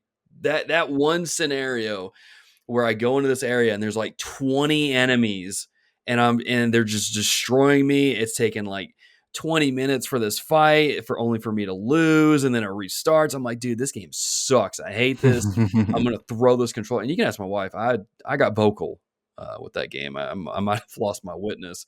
So it was bad. So Baldur's Gate 3 is gets this award, but it's going to get another award that's coming up a little bit later on. So it's a tale of a thousand cuts or some death by, I don't know what it is. I don't know what I'm trying to say. I'm trying to be eloquent and I don't think it's working, but Death by a thousand cuts. Something like that. It's definitely one of those games where it's gonna, I don't know, maybe it's Stockholm syndrome that I'm actually thinking of. But regardless, Baldur's Gate 3 gets my broken controller award. But we've played a lot of good games in 2023, but we can't play everything. There's always going to be that one, two, maybe a couple games that just get away. And there's always one that we miss the most, where we're like, if we could go back and do it all over again, we would do it differently. We would say, baby, I love you. Don't go. And hold it a little bit closer. You know what I'm saying? Baby, come back. So this one is the one that got away award. Or we could, I don't know, I'm trying to think of some 80s boy band thing, but I'll just keep it rolling here. Let's kick it back over to Micah. Micah, what is the one game, or I guess few games, that get this award for you? What are the ones that got away that you wish? Oh man, I'm actually trying to frantically pull up my wish list on GG's just to sort of help me. There's so many. There's so many. I think the number one, I do own the game. My son is monopolizing it, so I haven't had a ton of time. Is Super Mario Wonder. That's I know it's a 10 out of 10 kind of experience. I just need to get around to playing it. Yeah. So that's not so much missed out on because I literally have it. I can just go play it. I just need to do it. Yeah. One that I wanted to play but didn't, and Adam, I think maybe you played a little bit of it, is Cocoon, that indie game from the designer of Inside and Limbo. Okay. Cocoon looks really good. I didn't play that one. I forgot that. I didn't even list that. I got that. I beat that game. Yeah. Well, how did you like it? It was a solid puzzle game. Okay. Nothing that I would like. I mean, it was probably a solid 8 out of 10. Okay. And then maybe the last one I'll mention is that that game Dave the Diver. I want to try that out. Dude, that one's fun. That was a good time. I haven't gotten any time with that one yet. I would call out those three, I guess. Fair enough. Adam, what about you, man? What are some of the games? I've kind of got, I guess, probably two. One that I'll say, one that got away with me that I did play, and that would be actually Tears of the Kingdom. I put a lot of time into it, and I never finished it. I got to the point where I'm like, all right, I'm gonna do some things. I need to upgrade some armor. I need to get some different, outfits to help me dive to the depths. And then I set it down, and I never came back to finish it. Like, I'm at a part where I've got everything. I just need to go fight Ganondorf, and I haven't done that yet. So that's one. But probably the game that I'm looking forward to most playing that I haven't got to yet is Jedi Survivor. And it's really because I'm waiting for it to come to Game Pass. Eventually, it's going to go, EA Play, whatever. And so that's the biggest one that I'm waiting for because I want to play that on my Ally. I don't want to play it on console. I'm like, I'm going to hold out, and I've been close to buying it. It's been on sale, super cheap. But yeah, that's probably the one that I haven't played at all, would be Jedi Survivor. Fair enough. Skinner, back to you, man. What are some games that got away for you that you wanted to get to? All of 2023. All of 2023. That's fair, man. I mean, let's be honest. We know I'm always a generation or 4 behind. True. And I saw all these great games coming out over the course of 2023. I actually do own Jedi Survivor. My job had me build 2 computers, and as I was sourcing parts, one of the motherboards came with a copy of it, and so it's mine now. Nice. Yeah. So like I've got that. I've got so much good eating left. And what would you say from 2023 is like at the tippy top of your want to play list then? There are 2. Ragnarok and Spider-Man 2. Yeah. Both good picks. Sure enough. Really good picks. I mean, if I had to just like whittle it down to the style of game that I enjoy playing and the storyline and stuff like that, it's going to be those 2. A kind of a repeat of 22 for me when I finally got to play God of War 2018 and Spider-Man. Right. I've still got to play Miles Morales. I've still got that loaded up on my system, ready to go. Dude, get in there. That game's awesome. Right, exactly. Like, I have such good eating. I just don't have any time to do it. Like, so when I finally get time, it's going to be great. But the first thing I have to do is finish Death Stranding, and I haven't even You don't have walked the to nuke finish yet. it. Yes, Yes, you I do. do. Yes, you do. Oh yeah, Yes, you I do. Yes, I do. That ending is so good. Just watch the YouTube video. No, stop, man. What? No. It's already been spoiled for me. That's so what that's I not did. the thing. I hate you so much right now. I hate it. This agent of chaos over here. Adam is not pro-life. I'm like, Oh, nobody got time snap. for this. I got to wrap this thing up, and it was still 2 hours of cutscenes. I'm like, geez, oh Pete's. Oh, Shots gosh. fired. Oh my goodness. Anyway, okay. So God of War, Spider-Man 2, amongst literally everything else that came out in 2023, which is a hefty lineup. Yeah. Man, as for me, man, there's a few games in there. Star Wars Jedi Survivor is another one that I do own. I played like 10 minutes of it and was like, cool. And then something else came out and I moved on to that. And I was like, all right, well, here we go.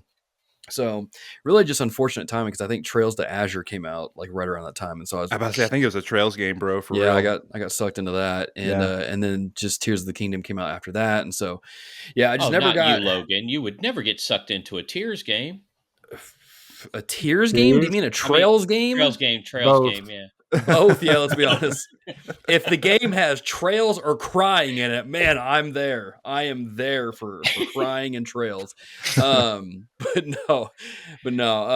That's one of the games. Another one is that new Avatar game. When I was upgrading my PC and all that, my graphics card came with a copy of Avatar.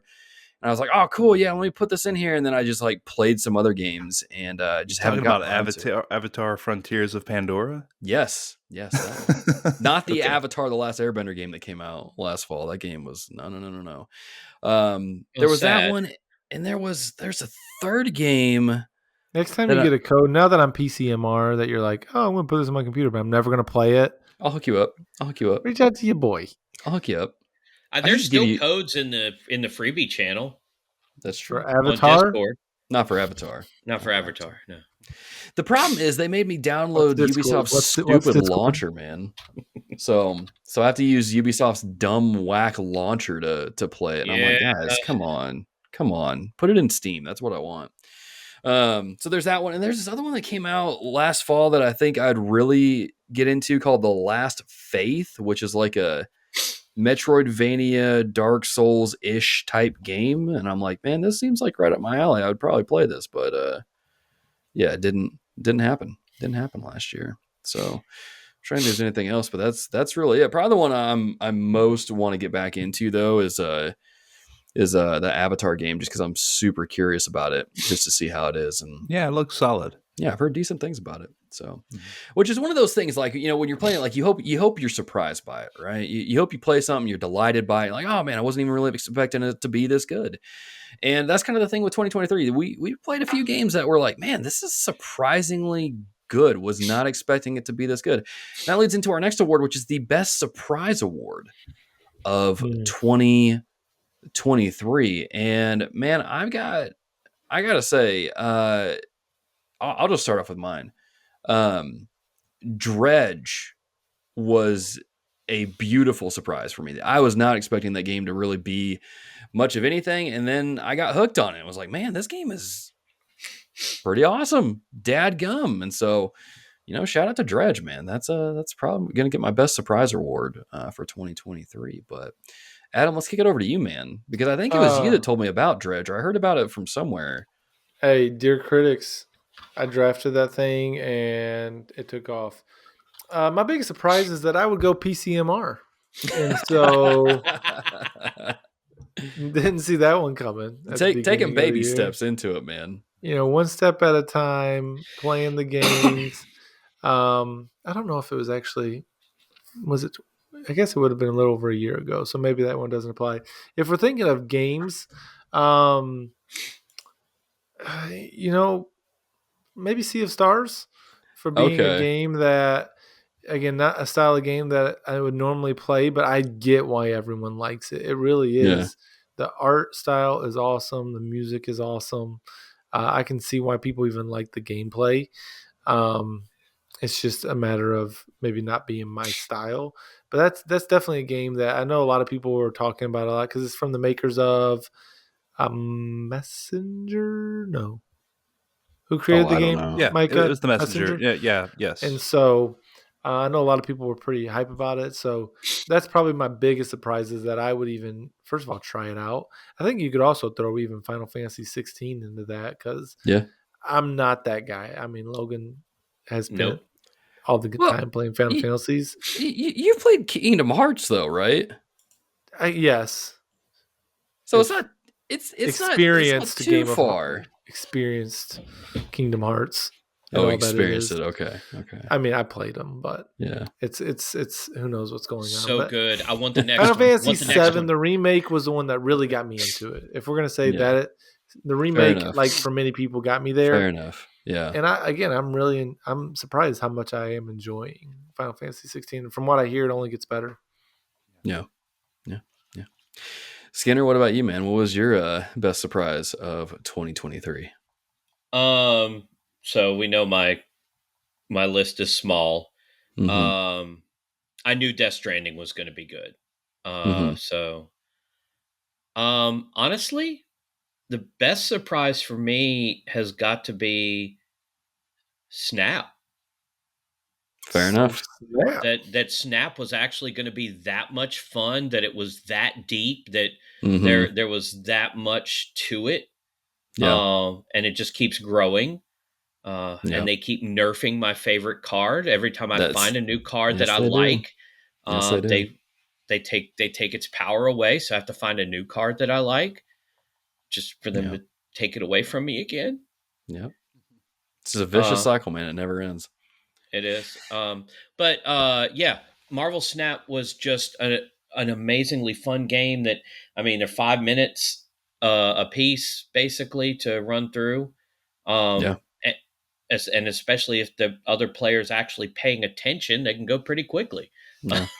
Yeah. So I think if you would have told me around the time that Snap launched that I would be playing this game like a year later, I would have been like, no, I'm not. This is a mobile game. It's stupid. I'm not going to play it. And then here I am, and I'm like, hey, everybody, you're welcome for the game continuing to be free to play. Thanks, Whale. Let me shoot some water out of my whale hole back here, the Yeah. back of my head. I can get behind the Snap. Did Snap come out last year though?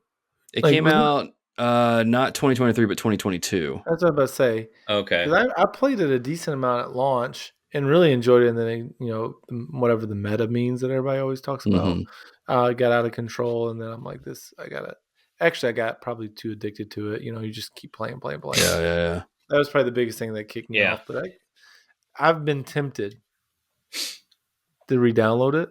And I'm like, don't do it. Don't do it. I don't know if I would enjoy it. I don't know. Maybe I would.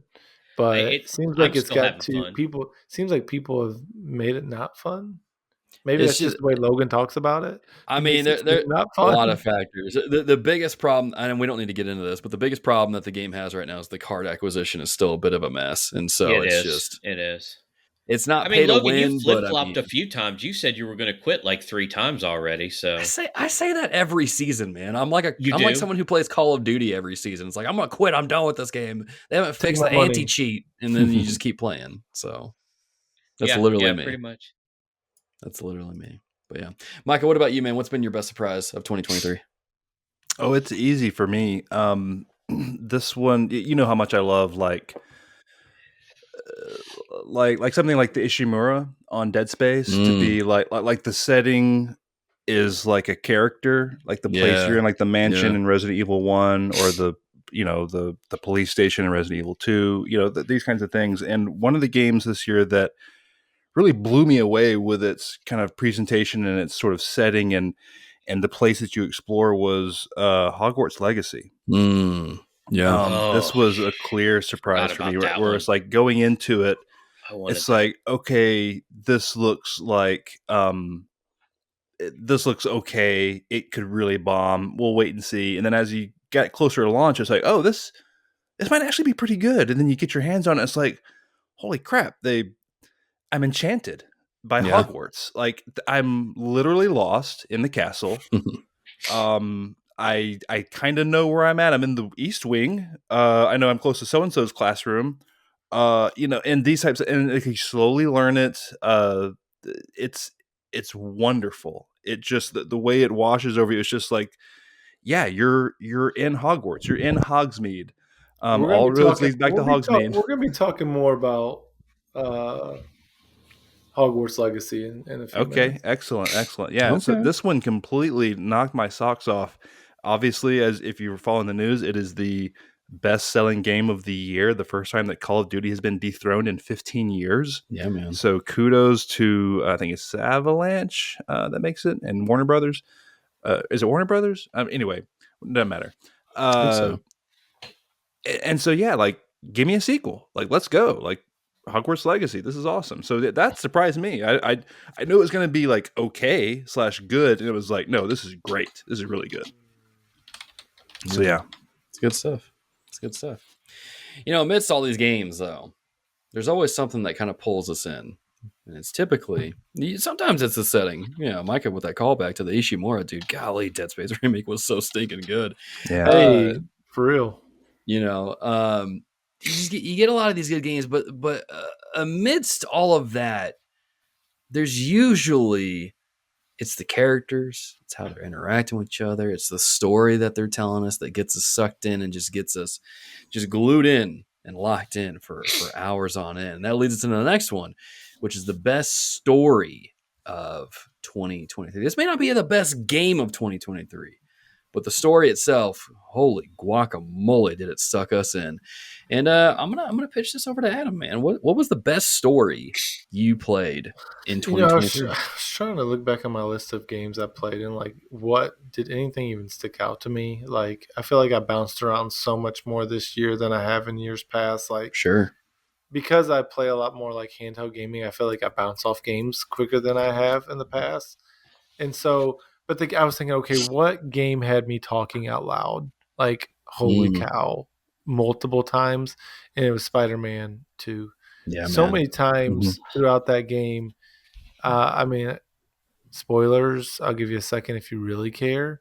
But when you get the anti-venom, I was like, oh my.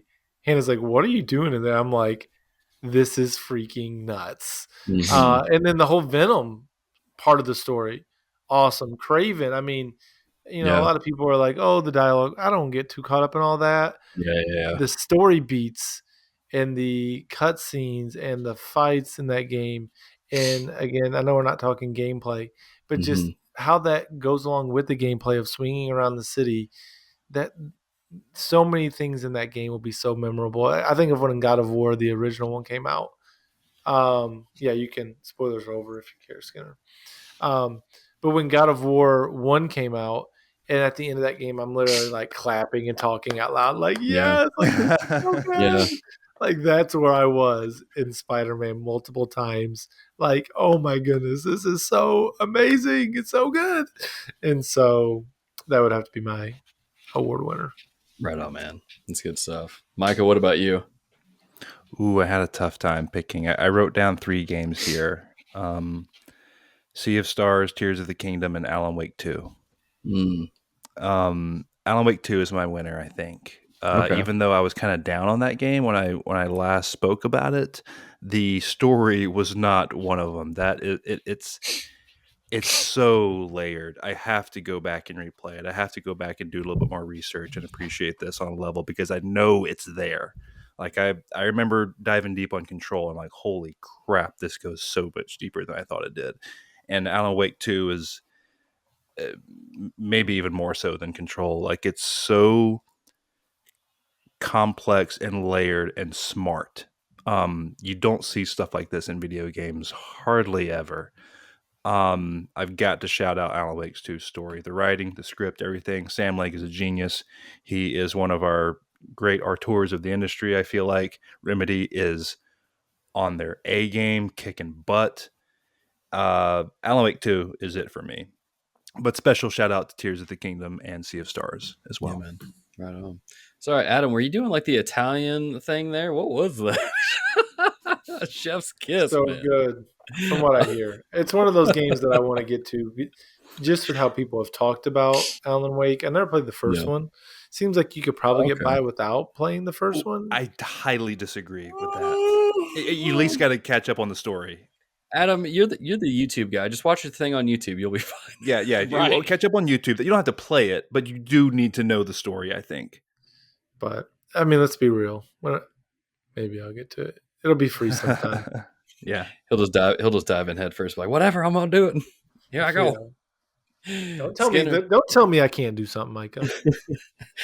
You're gonna love the first 5 minutes of the game, Adam. I know it. Oh my gosh, dude, unforgettable. it is something to behold. You know what I'm saying? That's a joke. Anyway, Skinner, what is the best story you played in 2023? Hello Kitty Island Adventure. Awesome. What? Heck of a story. Well, no, I mean, of the games that I was actually able to play, Death Stranding's going to be number one. I mean, it's a little convoluted because Kojima, but sure. But just the stuff that I've interacted with so far, and I was able to forget most of the story beats that y'all talked about during the spoiler episode. I've been able to really enjoy it, especially since I've been slow rolling it and just opening stuff up. Also, I need to add Universal is the one who owns Harry Potter. Okay. So I had to look it up because it was bothering me. Sorry, my understandable. My OCD's taken over. But Death Stranding. I mean, just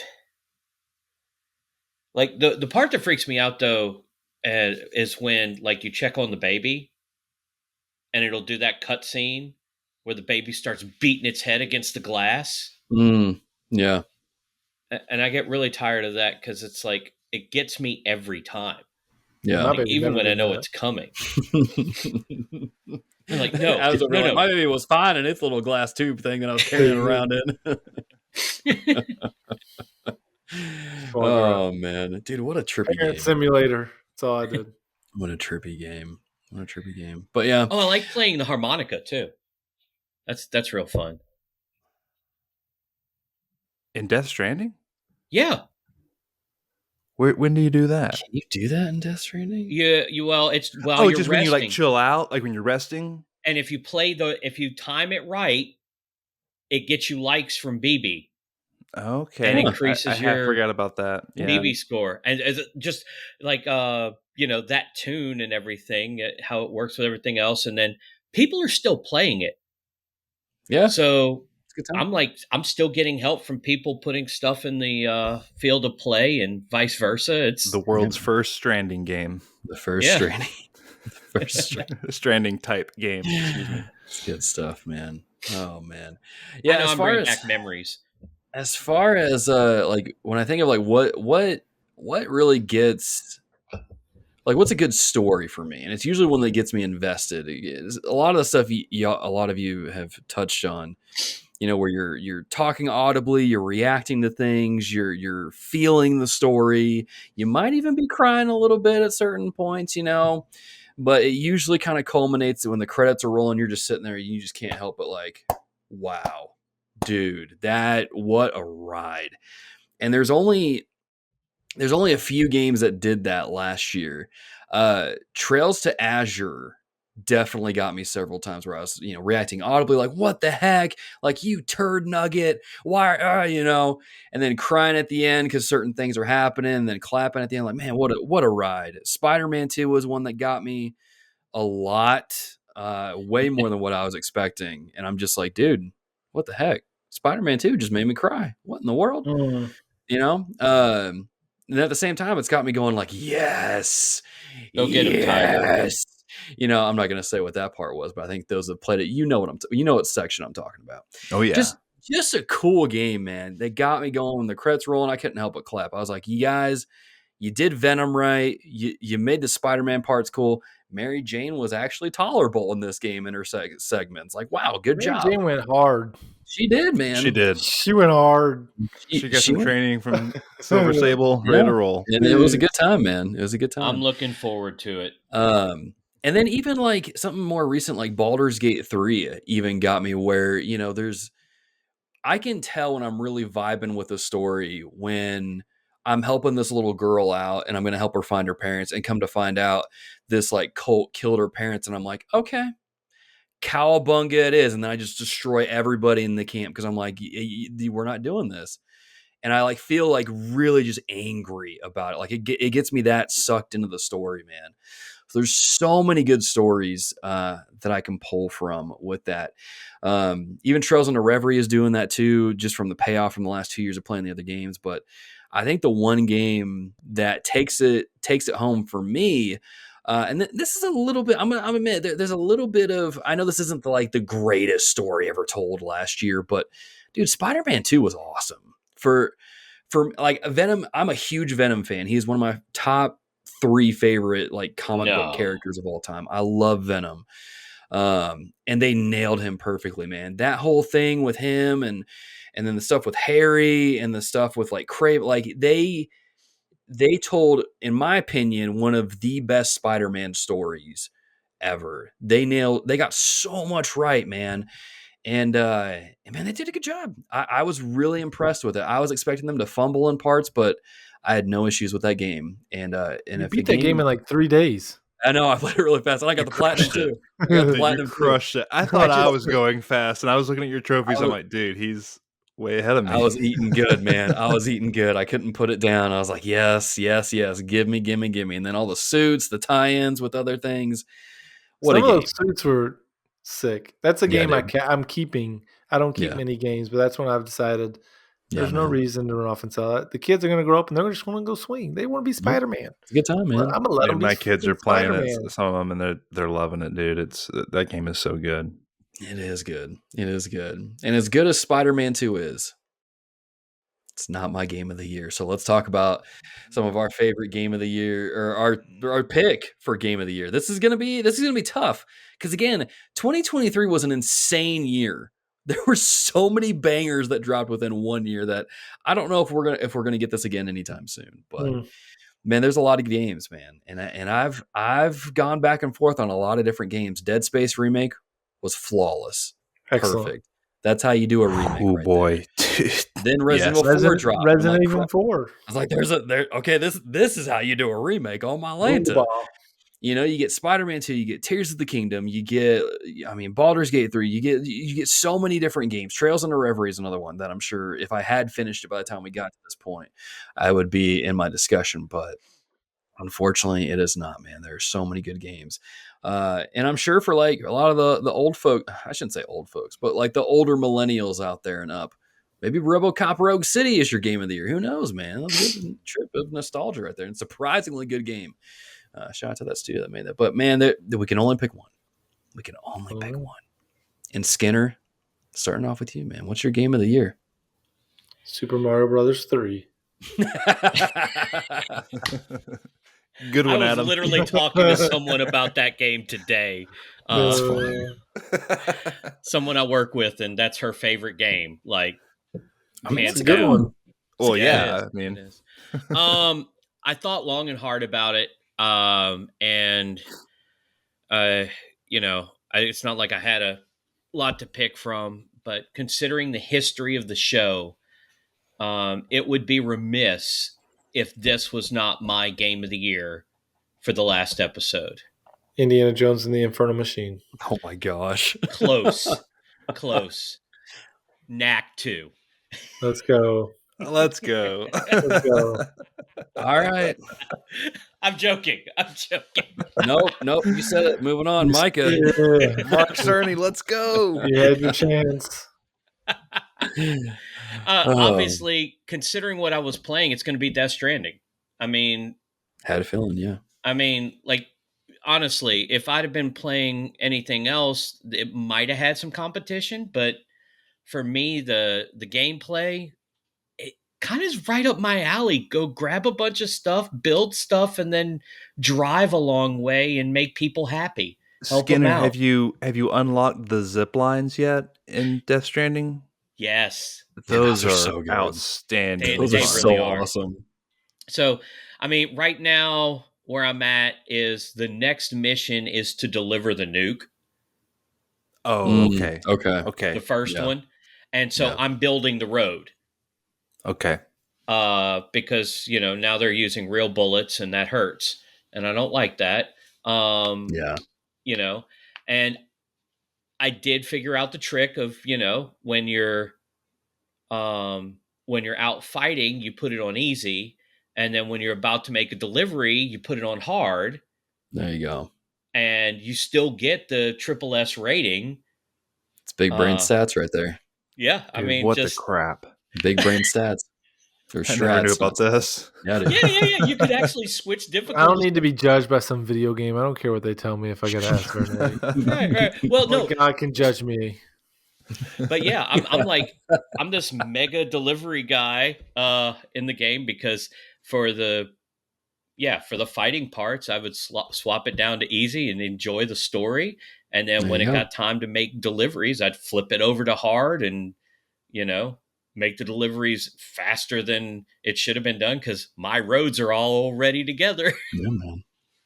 Good deal. But no, Yeah. overall, pro-life message, gameplay, just the atmosphere of the game. It's Yeah. post-apocalyptic, but it's really empty. Hey, There's nothing like it. When the music hits, when you're going on there, Yeah. eventually it's like, Dude, you're like, okay. some And of I'll those go back and songs. listen to those songs because, man, they're so good. BB's theme is so good. Yeah. Yeah. Yeah, I think BB's theme is in the trailer for Death Stranding 2. As soon as I heard, like, you can even tell what it was. I heard the song. I'm like, it's Death Stranding 2. What the heck? It's so good. It's got great music. Yeah, man. Yeah, and it helped me found some other artists that I would have never thought about listening to. The fact that you can add music to the stuff that you build, that it's going to show up in other people's worlds, and so they're going to hear the song or see the hologram that you picked or whatever. And that part, I mean, the ability to help other people out who are actually playing the game. Yeah. Such a cool concept. I know there's that assist system in some of the Souls games and stuff like that. What is this, Journey? But I also like the fact that it's not some kind of MMO where other people actually show up. You don't ever see them. Yeah. You can yell to them, "Hello, who's there?" Yeah. That's fun. But have you come across Jeff Keighley yet? Yeah. Or Conan O'Brien. Yes, I did get Conan. I've got him maxed out. Yes, Dude, I've got Conan's Conan. awesome. That was fun. That was a lot Conan's of pretty fun. easy to find. He's in like a little nook. Jeff Keighley is just on a hill somewhere, like in the open. I can't remember where he is, but he's in the game too. Yeah, man. So pretty solid. Yeah, game. I'm excited about what I've still got left to play on it. But I will say one of the sections almost gained it the Broken Controller Award, and that was the first time I entered the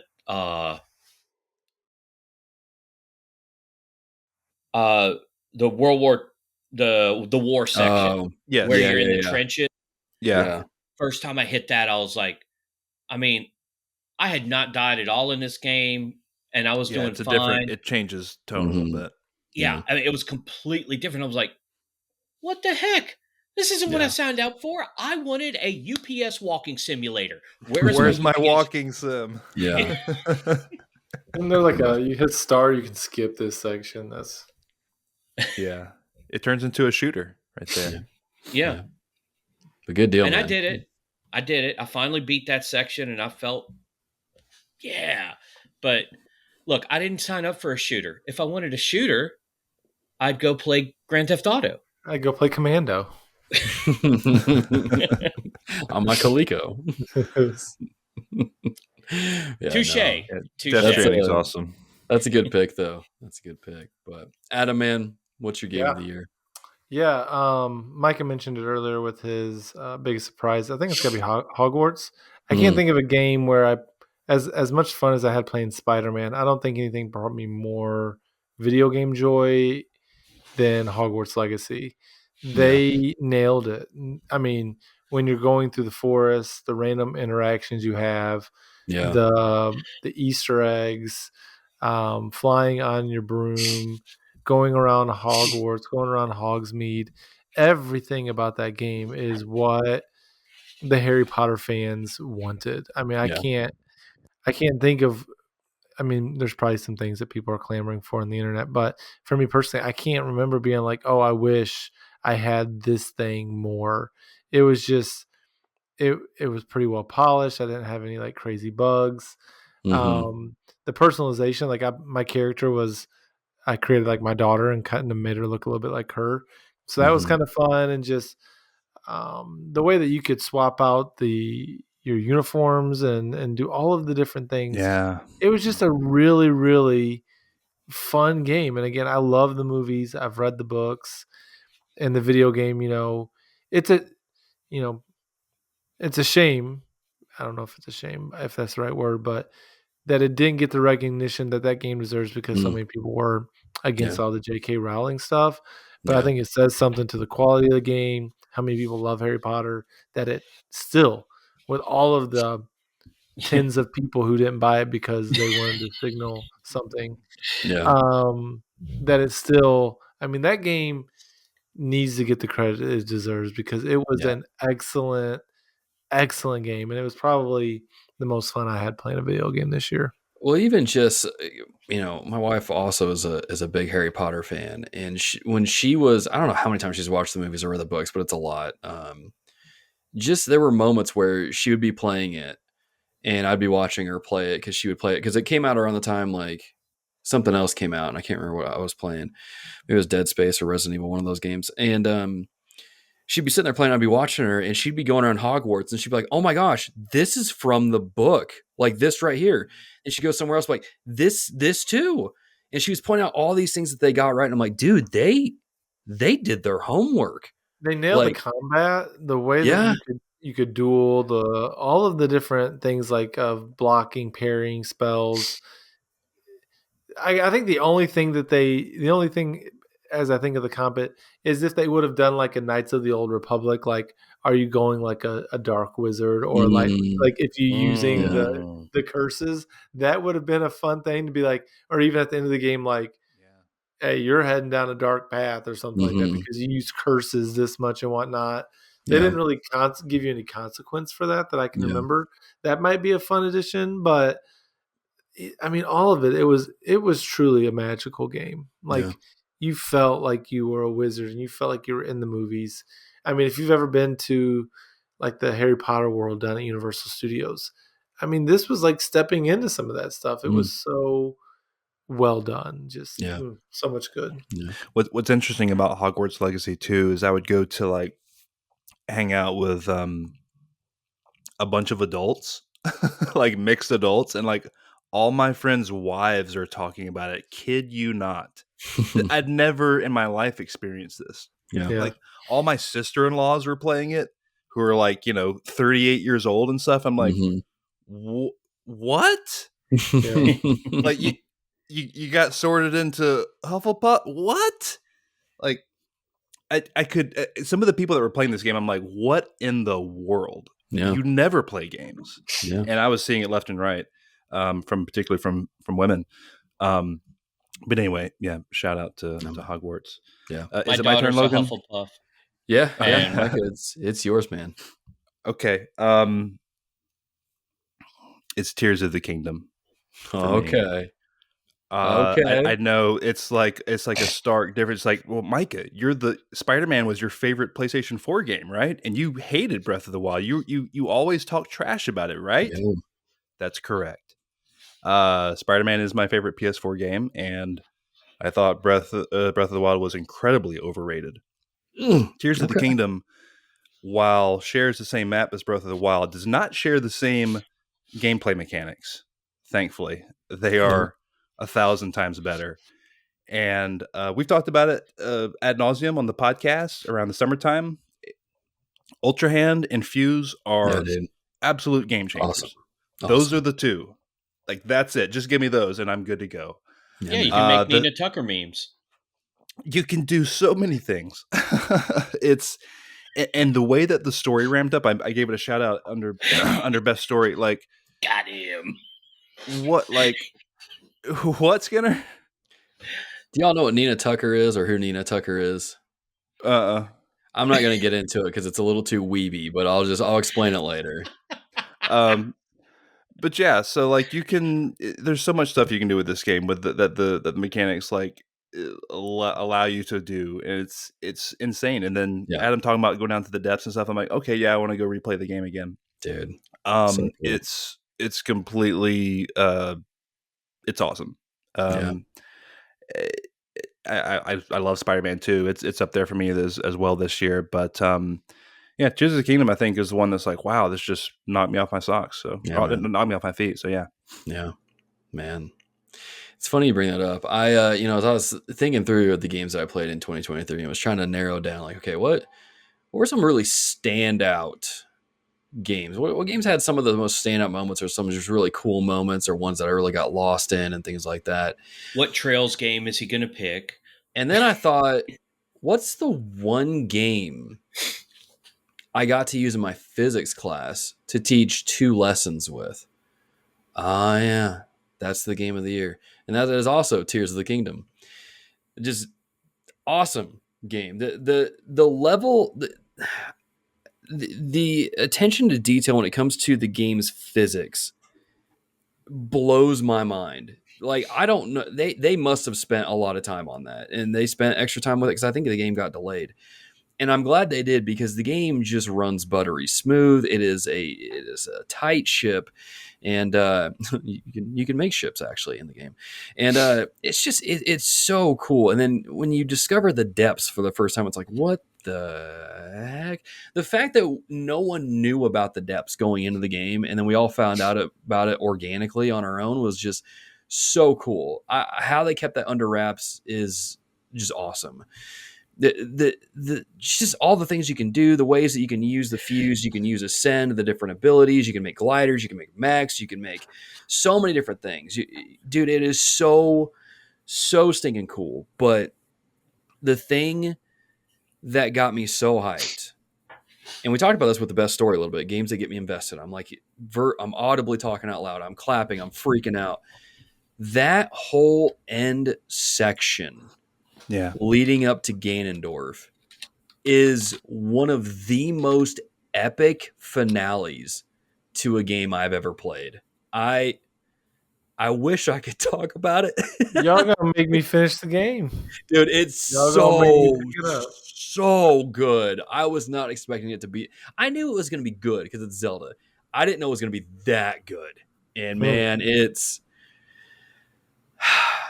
Yeah, I know exactly what part you're talking about, and even that's not even my favorite part about like the ending. Like it's the actual ending for me. It was like my jaw was on the floor. I'm like, whoa, dude, crap, that was incredible. It's one of those games, man, where the credits roll, and I'm like, I can't. All I can do is clap. That was cool. Yeah, wow. Yeah, well done, Nintendo. So. Yeah, man, Tears of the Kingdom, what a ride. And I got to use it in my physics class because, like, here, guys, let's use the things that we've been learning about, gravity and all this other stuff, and try to figure this out.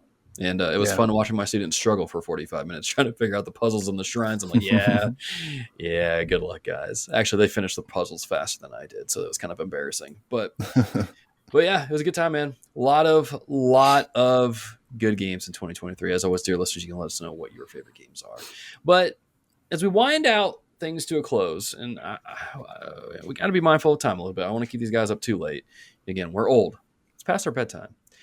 But we've got a lot of memories and things like that. Some questions to answer and things of that, of course, from our listeners. TRG has been around for 9 years, and we're kind of closing up shop here And let's revisit just a couple things down memory lane. I'm going to read some write-ins and get some of those things in, and then some of the questions that we got written in, I'm going to condense them into one, just because they're essentially asking the same thing, and then we'll kind of read a few write-ins from Twitter and then go from there. But let's kind of kick off with kind of like, reading where some of y'all started with the show is kind of crazy. Like Alex Castellanos, for example, says, I found your podcast in December 2017 and have been listening to you all for the last 6 years. There are other video game podcasts out there, and I enjoy listening to some of those as well, but I was looking for a group that not only shared a love for gaming, but a love for Christ. I'm so happy to have found this community of like-minded people who have really helped to keep my heart, mind, and hobbies in proper order with a focus on honoring God. I've appreciated hearing your personal stories, both your troubles and your triumphs, and I've enjoyed getting to interact with you all in various ways through the years. I consider you guys friends, even though we haven't actually met. I'm happy we'll still be able to interact through Discord, but I will definitely miss listening to the show twice a month. I know that God is going to continue to use you all in mighty ways, so I'll be praying for that now and into the future. God bless you guys. Alex C. Alex has been one of those guys. I mean, he's not the only one, but Alex is one of those guys that, like, I don't know, you always see him in the community. He's one of those people that's just kind of like a staple of the community. He's an OG. He's an OG. So we might not be too happy he's in the community because of how many times he wins in like Fantasy Critic, but we do enjoy having him in there. And I gotta say, last year it was me, Alex, and John Hannon. We all played the Marvel Midnight Suns together, and it was fun kind of just seeing how we did different things. It was fun to see Alex spend like 30 hours in part 1 in trying to unlock everything in the Abbey, where me and John are like, dude, we're done with the game. What's wrong with you? So it was a good time, man. It was just fun to kind of, I don't know. It's one of those community things where I'm like, man, we need to kind of keep this going, because that was a fun little community event. But dude, Alex, shout out to you, man. Good I stuff. think just to speak to something that Alex said, and I'm not saying it was me, but I think a decision we made back when I first started officially hosting with you, we had kind of got to the point where I was asking, okay, are we going to be what we are? Mm-hmm. We were doing the news, we were doing what we were playing, we were, we're Christians playing video games, but we were like, are we just going to be clean podcasters? Or are we going to be like a Christian podcast? And so I was like, let's just be who we are. So and I think the shift to really talking about, hey, what are we reading? Yeah. And bringing that aspect into the podcast is really what shifted the direction of the show in a lot of ways. We weren't just a clean podcast that people could listen to with their kids. Yeah. We were overtly Christian. We talked about how we were growing. We talked about the ways God was working in our life. Yeah. And I think that is some of what Alex is talking there. We're not just, Christian gamers. We were what we were trying to be, and we were open about that, and in good, bad, and ugly moments. And so that was some of the things I was thinking about as he was sharing some of his feelings. It's funny, when we had added that into the rotation for the show, I had gotten so much feedback from people over the next like year, probably, just saying like how cool that was that we would do that, because not a whole lot of other gaming podcasts, let alone Christian gaming podcasts, were doing something like that. It was like accountability. I knew the podcast was coming, and I need something to share. It was good for my personal walk with the Lord, because and so I didn't want to just be a checkbox, but I need to be, okay, what can I share in sincerity with the people who are listening? And so it wasn't just, I want to have something to say, but God was using that to challenge me. Adam, are you really spending time with me, or are you just checking off the box? Yeah, man. So I think it was a good source of encouragement for people who listen in too. I mean, it was cool. 100%. Before I joined. No, go ahead, man. I was going to say, before I joined, like that was one of the segments that kept me coming back. And like every time the thought was like, well, let's redesign and do we want to still? I was like, I kept like, no, keep doing it. Like that's like my favorite section was, what have you been reading? And it's I found y'all through the pub, which the Shadowlands. which we outlived the pubcast, and We did. Props to my wife. I mean, she was actually the one who had like she was in there and she saw it and she was like, "Oh, hey, did you know that this was?" I was like, "Wait, what?" Yeah. And and I think I listened to y'all for about a year and a half, maybe before I came on Yeah. And you and started started. editing the show, man. Yeah, Crazy journey. it was. It just started interacting with y'all and just it was kind of amazing. And I'm sure Micah, you have a similar kind of story to tell. Like you're listening, you're enjoying it, and you're like, man, how can I like I want to help, like I want to be a part of this. And when you said that, man, editing would help me out so much, bro. I'm glad Zencaster's doing a lot of the heavy lifting for me here lately because hot dog. oh my. Oh, all It's gonna good. dropping stuff. I just had a bunch of stuff on top of my desk fall. It's fine. Spirit's moving. He's good. We can clean that up later. I can. It's funny though, because like I mean, this is getting into another write in here a little bit later on from John Hannon talking about what are some tips that we'd give to people starting a podcast. We don't need to get into those right now, but one of those things is kind of doing stuff like if you're going to do something like a gaming podcast, find a way to like bring a unique spin to it, and that was kind of ours for the longest time. Was like if we're going to call ourselves a Christian podcast, let's just be a clean podcast. Let's like get into it, and that kind of add a little bit of texture to the show that not everybody was probably okay with, but it's like cool, we're still gonna roll with it. And it's like Adam said, it was a good accountability for us both for the longest time, and so it's definitely one of those early recos I'd throw out if you're gonna start a podcast. Find a way to put a unique spin on it. But if you're gonna be a Christian podcast, actually bring some Christian content into it. One of the other write-ins I want to get into here, I'm going to read through these a little bit quickly. Boulder says, I'm really going to miss having this show around. It's rare to find a truly family-friendly gaming podcast, let alone one that discusses theological topics. You guys have done great work over the years. Your work in the kingdom is duly noted. I wish the best for you guys with what the Lord has in store. Thank you all for writing in so far. Another one is Dorian Taylor. I don't understand this first part where it says, so do we pay you? You did that on Patreon, so yes. He says, I was told about the podcast some years back and was immediately interested when I found that there are Christians who enjoy gaming as much as I do. This then opened me up to a community I didn't know existed, as well as other podcasts like the Backlog Breakdown.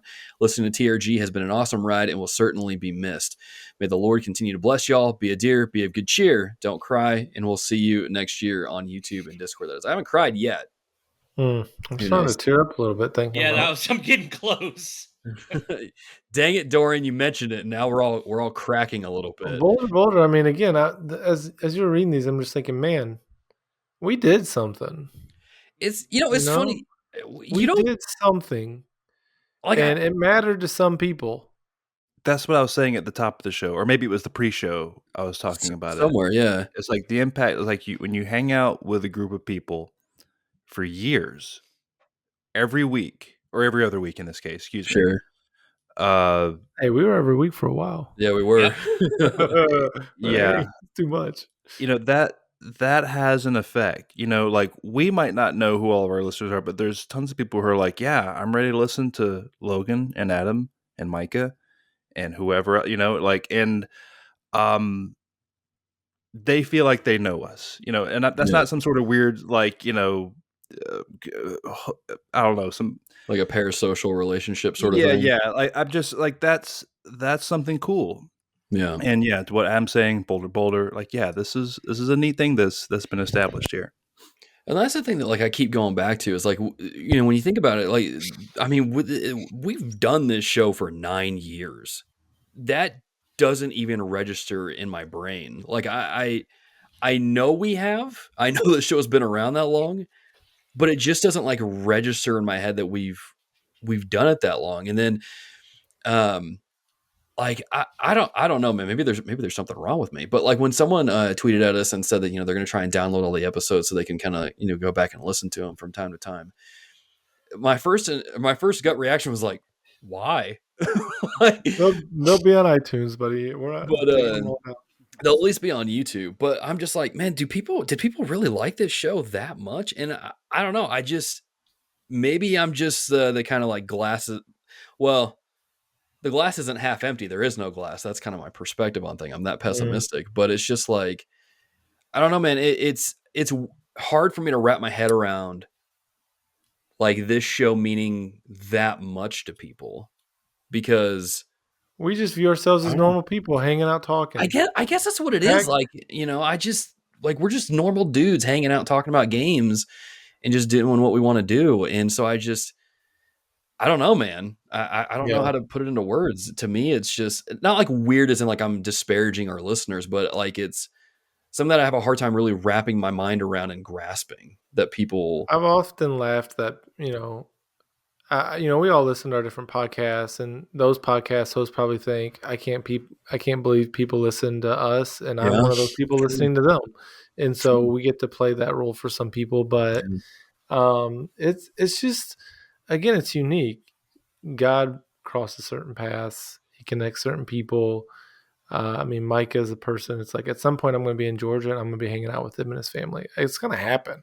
It's just a Yeah. matter of when. It's like Yeah. I travel way too much for me to not land in Georgia and be hanging out with Mike at some point.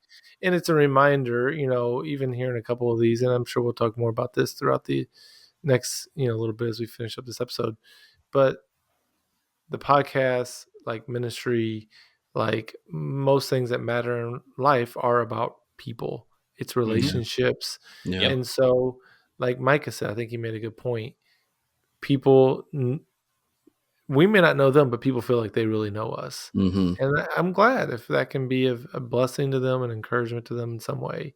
I'm glad because I know there are people that I listen to that I feel like, hey, I know them and they matter. And so it's cool that we get to play that role for some people and have played that role. And I mean, again, Dorian, a guy who I got to go to church with him. I got stranded in Florida. I'm hanging out with him and Javi. And my family went down and met them. We didn't go specifically to see them, but we were in Orlando. All right, well, we got to meet up with some brothers that helped me when I was stranded down here.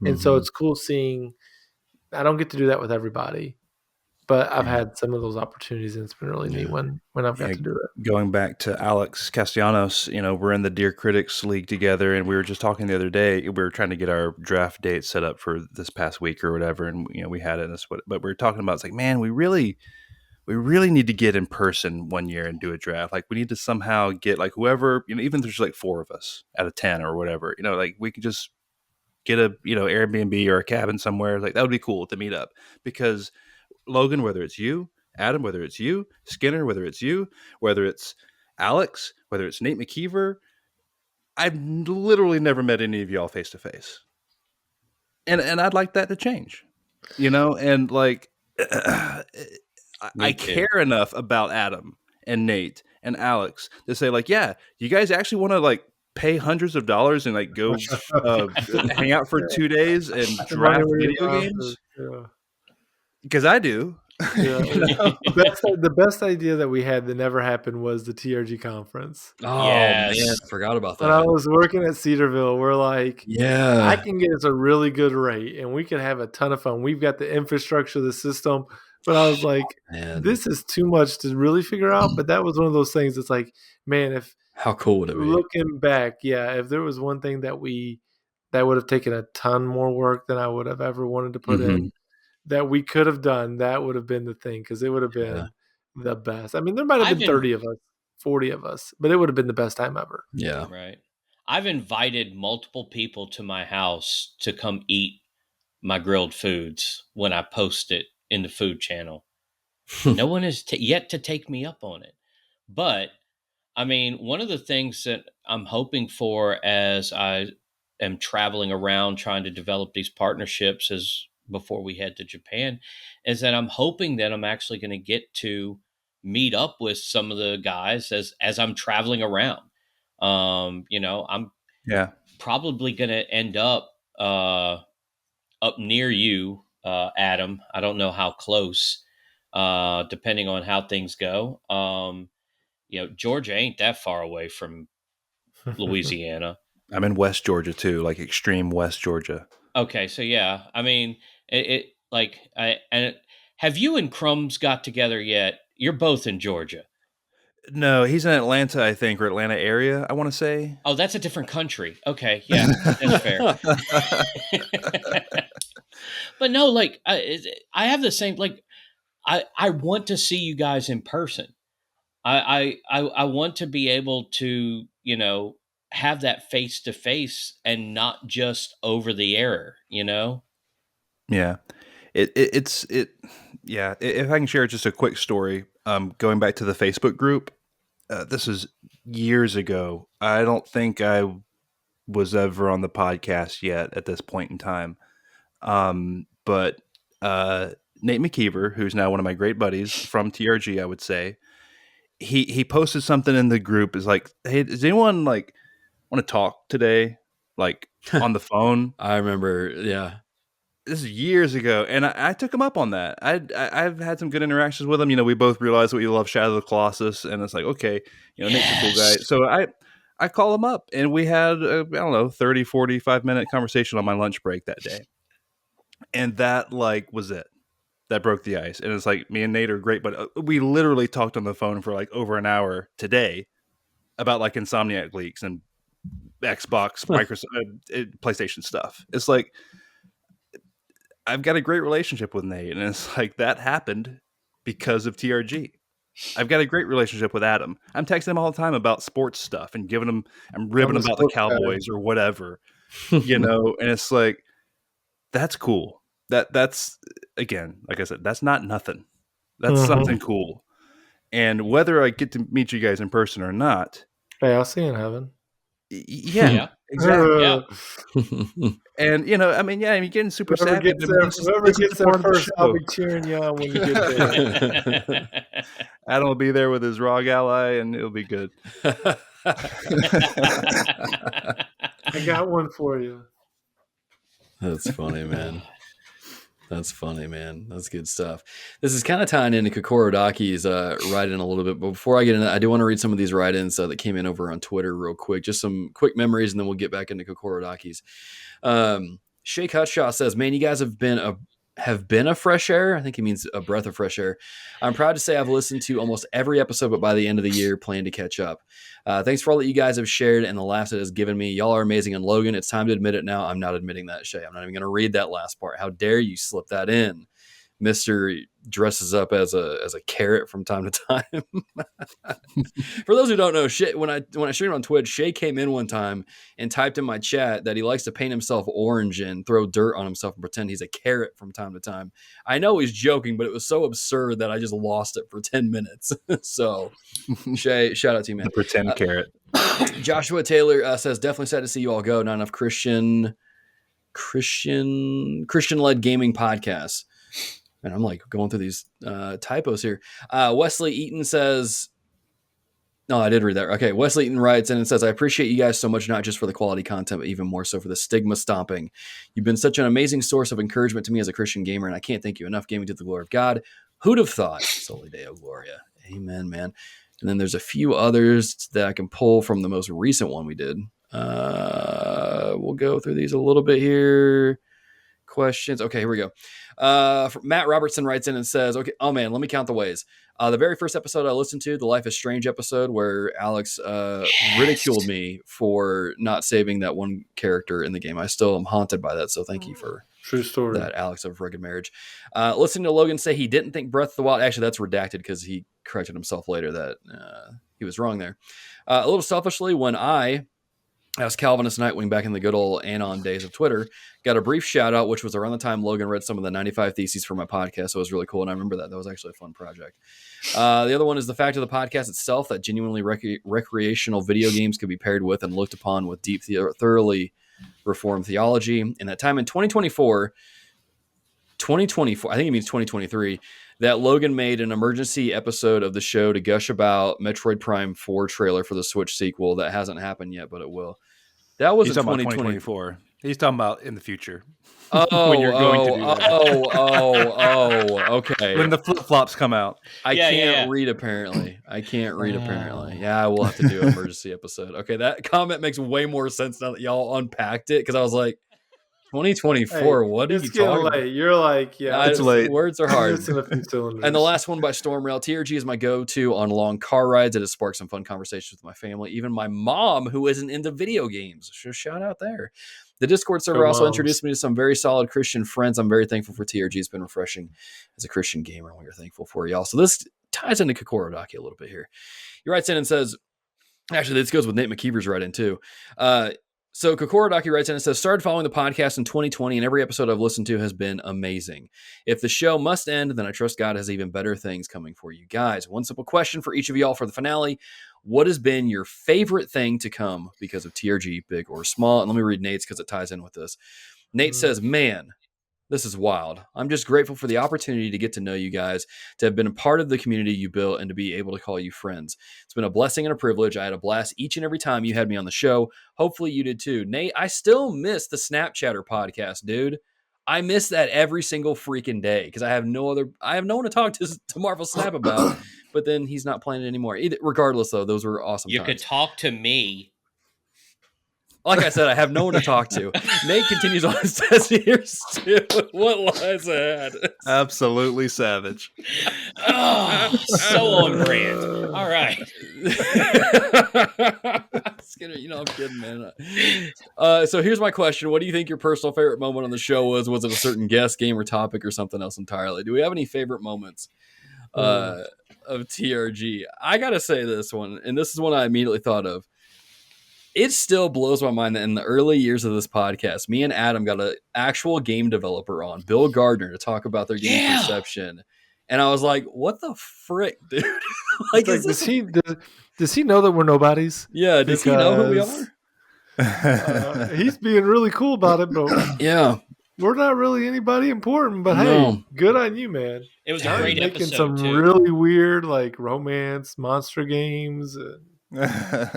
Romance monster games? What are you talking about? I think it's called Romancylvania. Wait, what? Oh yeah, it was the game after the other scary game that they made. What, Perception? Yeah, it was after that one. It's like their most current game. They made a monster romance game? Yeah. It's like if The Bachelor met monsters. Oh my gosh. Like, it is what it is. I thought you were about to say it's Goodbye Volcano High. I'm like, oh, hey, we've heard of that game. Yeah.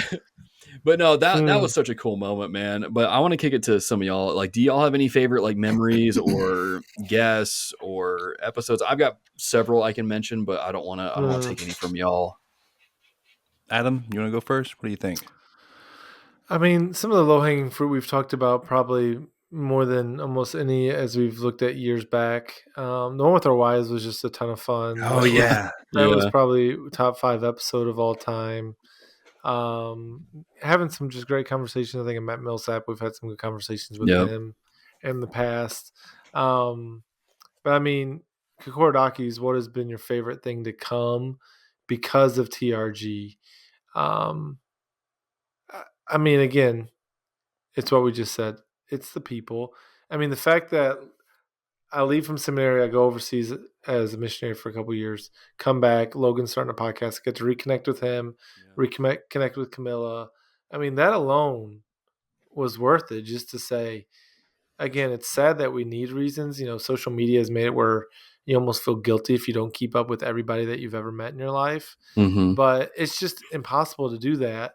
And the podcast gave me and Logan a reason to hang out. Yeah. And I mean, even since I've got off, we don't do it as much. Well, why is it? Because life goes on. Yeah. And so I think the relationship with Logan, getting to reconnect with him, to get to meet a lot of the guys along the way, to get to, I mean, the adoption piece. I mean, I remember the first people I met from the group in real life, you know, IRL. It was in New York City. When Hannah's like, who are these guys that we're about to meet up with? Yeah. Why are we going out to the lunch with them? I'm like, oh, they listen to the podcast. She's like, why are we meeting up with these guys? Yeah. And then to get to say, oh, they're normal people. They showed us around New York City a little bit. They supported our adoption. All of these little things. Again, it goes back to the interpersonal relationship. It's like, wow, like the blessings as we just want to hang out and talk about video games has been so much more than we could have ever imagined. And I'm just really grateful for that. Yeah, man. Yeah. Micah, what about you, man? Anything coming to mind? Yeah, the obvious stuff that we already mentioned, the relationships, obviously that's king for me. As far as like sort of favorite memories and stuff, or I don't know, I think that the first time you guys invited me on an episode, we like did a E3 review or something like that, I want to say, and that's just my favorite topic, period, in video games, is to talk about showcases that just happened, or to prognosticate on them beforehand, I or think something some like of that. I think one of my favorite moments, Micah, with you is when we did the like live reacts. We like kind of Yeah. watched it together and Yeah. recorded it together. It was like super ghetto the way we did it, Yeah. because we're not that sophisticated with our setups, but we figured it out and it was a ton of fun. I love live reactions. Yeah, so that's a lot of fun. Doing all that kind of stuff. So just kind of being invited on the show was a big deal. It's like, oh, okay. Like, I remember being super nervous the first time, and then it's like, oh yeah, I can talk about video games for 5 hours straight if I want to. So this is not This is super not hard. um, but I mean, just I don't know. Like late last year, at the end of 2022, Nate McKeever and I did like a year in review of the big three, and we just trashed Xbox Yeah. to heck and back. That's That a was great awesome. memory. I'm gonna remember that Um, forever. was that a TRG one or was that Backlog Beatdown? No, that was That was TRG. TRG. Okay. Just making sure. I don't want us to get No, no, I no, kind no, of no. I remember I've kind of making. low key. I've just again just messing with Nate. And I was kind gonna of say, I remember making the always thumbnail get for their that name wrong. Always get their name wrong intentionally, sometimes unintentionally. And he's like, "Come on, Adam, just get our name right." And I'm like, one. "That's Yeah. part of the joke now." And then lastly, I'll mention just kind of doing all the content for the website and like a Dear Listeners Yeah. newsroom and stuff like that was a heck of a lot of fun. Getting like my first actual pre-release review code to like review Spirit of the North for the Oh, yeah. website. Things like that. It's like, oh, this game hasn't come out yet, and I'm gonna review it. That's cool. That's So cool. We made it. That's when we knew we made it. yeah. So little things like that. But of course, it goes back to the people, the relationships, of course. Yeah. But yeah, Skinner, how about you, man? So, I mean, obviously, yeah, I mean, y'all have said most of it.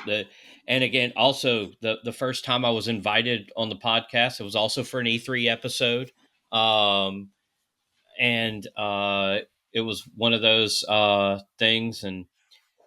But if I'm going to say my favorite moment, I mean, that would be when y'all decided to make a fat man cry. Which time? There was a couple. No, in joy, not in pain. What was the painful one? When he ate that hot chip. No, when Adam decided to use the AirPod mic as his mic, that's that was the pain. Oh, Yeah. for real. Hey, that was like 3 episodes that did that. Yes, Yeah. it Like, was. what is going on? It's like, whoops, my bad. But no, first off, being allowed to help out and take part was huge for me. Being able to say, when people are talking about gaming, it's like, yeah, but I mean, I was like, oh, no. There's a gaming and theology podcast that you should check out. I actually edit it. Being able to say that was really cool. But yeah, when y'all decided that it was time for me to move on from PlayStation 3 and to actually join the current gen, and completely blindsided me. I had no idea it was coming. It's still up on Facebook somewhere. Heather's got me opening the box. Yeah. Yeah. And like, I'm kind of tearing up thinking about it now. I mean, it was one of the nicest things that had been done for me by, people that I was only tangentially connected to, really, Right. Yeah. And it felt really good. Hmm. And so that's how we create community. So that's why when you said your kick pedal broke, I was like, oh, that ain't happening. Well, I'm going to take care of that, Micah. I mean, that's why when you were trying to get stuff together for the adoption, that's why the community comes around us. Cause we poured what we had into the show. Yeah. And people can tell that. And it wasn't like we were being fake about it or anything like that. We were just genuinely expressing our feelings and our love of God and our love of gaming. Like, that was just part of it. So some of my favorite things even still is talking about how I was on a podcast about video games and the reactions that people give you. They're like, what? You were on a podcast? Oh, like that dude, sounds just the other day I was me and my wife joined a new small group at church, and we're kind of getting to know one other, sort of a newer group, but getting to know some people and stuff, and talking to this guy Dwayne, and I was like, I co-host a video game podcast, like a Christian. He stutters it out just to see. He's like, and he's like, no, it wasn't. But he was like, dude, I need what's the podcast? He immediately what is this? Wait, what? And so I tell him about it. I was like, we're shutting down the doors at the end of the year, but you can listen if you want to. 9 years of content. He's got plenty to listen to. Plenty of time. It won't mean no different to him. Yeah. Hey, Logan, where do you want me to send the hard drive? Hard drive? Well, every episode that I edited, I still have all the files for. Oh, snap. I'll talk to you later about that then. I don't know. It belongs in a museum. In a museum, yeah. Put it in the time capsule, bury it in the backyard. Yes. Yes. I love that idea. Someone's going to Jumanji style. They're like, what is this sound coming from under the earth? And then what is this? They find a cord to plug it USB. in. Like, oh my goodness. What are these fools talking about? People listen to this? Believe it or not. Believe it or not. Believe it or not. That's why I had to have 8 terabytes of space now. I guess. That kind of Josh Brocklow wrote it in and says it's kind of an obvious question, but I'm curious anyway. What do you hope for your legacy to be? And a lot of what we're touching on kind of ties into what I hope the legacy of TRG to be is. It's the community aspect of it. When we started this podcast, the whole premise of it was to reform the way that Christians interact with gaming and engage with it and things like that. Because I figured if I was asking questions about video games from a Christian worldview, sure, some other people were too, and from what I'm gathering from people writing in, we've done that. And it's been kind of cool to hear stories from other people who maybe have been in a church or grew up in a setting where people just were down on games and said, hey, they're childish, men don't play video games, all that sort of stuff. And our podcast has kind of helped them with that. And that's cool to see. But even just seeing our community come together to, in a lot of ways, be what the church is supposed to be. We're talking about some of our favorite things to come from TRG. I will never, ever forget the fact that I can't remember which hurricane it was several years ago, but it's one that ripped through southern parts of Texas and Louisiana and all those areas. And one of our listeners, they had extensive water damage to their house. They lost their car. They lost so many possessions. Yeah. And so many people in our community came together to raise funds for him, paid for all the repairs, got him a new car, and just helped him out with all that. And I still tear up a little bit thinking about it because it's just, I never would have thought, that we would have started some sort of thing on the internet that would have blessed people that way. And there's been other ways that people have blessed each other in the community. And I think that's one of the legacies is that, people to just go out there and be Christ-like to others, even people that they don't know. And I think that's one of the cool things that kind of blows my mind a little bit. I get very easily overwhelmed by acts of kindness or generosity. It could be something as little as a compliment, and it'll bring me to tears. And it's just seeing people do that really gets me, man. And it makes me excited to see that. And I was trying not to cry, but holy crap, here comes the waterworks just thinking about it, man. It's just cool. That's kind of what I think I want the legacy of TRG to be, is just people being Christ-like to people that they just don't even know, really. It's cool. I've thought about this question a lot over the last couple of weeks, and I struggled to answer it, but I think that at its core is what I want the legacy of TRG to be. It's just people, gamers, even not gamers, being Christ-like to completely total random strangers and forging relationships and finding, people to game with, but to just lean on one another too. I think that's one of the cool things about our community, is that at its core, that's kind of what TRG is. There's a podcast, but I think at its core, it's the community aspect of it. And I've seen this in a couple different ways. We had a young guy from Nigeria come and work in our area this last summer because it's big for tourism, and just he got invited by somebody when he was at the park to come to church, and he got connected. And I remember when he met that individual at church for the first time, he grabbed the guy and his son. He said, "Hey, come with me." And he came and he brought him to me and he said, "Adam, this is the guy.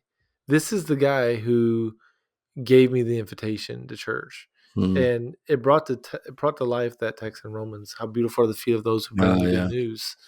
And I think in that situation, has brought an illustration to what that text means. It's more, of course, the gospel, but good news can come in a lot of different ways. Yeah. And there are people who will always be viewed as beautiful because of this community to me. Logan, Skinner, Micah, so many people who supported our family through our adoption, the relationships. It's like when I think of those people's names, I think of goodness. Like I said, that name is a beautiful name. Of course, we joke, we kid, but it's a beautiful name in our house, not because of anything other than what they mean to us. And I think that will be the same. We won't know it till we get to heaven. We won't know. We won't know the impact that this has made, and however big or large. But there will be people who, when they think of Logan, that is a beautiful name in their household because the podcast meant something. The same about Skinner and Micah, myself, and all the different people who've been impacted. And it's, we can say it's silly, but it just proves that God can use, will use, and has used just about everything to get glory. And he's used a podcast to encourage people for his name to be glorified, because we know in the end it's not Adam, it's not Logan, it's God working in us. If it was just up to us, we would have screwed it up a long time ago. Oh yeah. But God has given us grace to do what it's a silly podcast, but it's really not. And the reason it's not is because it's mattered to people.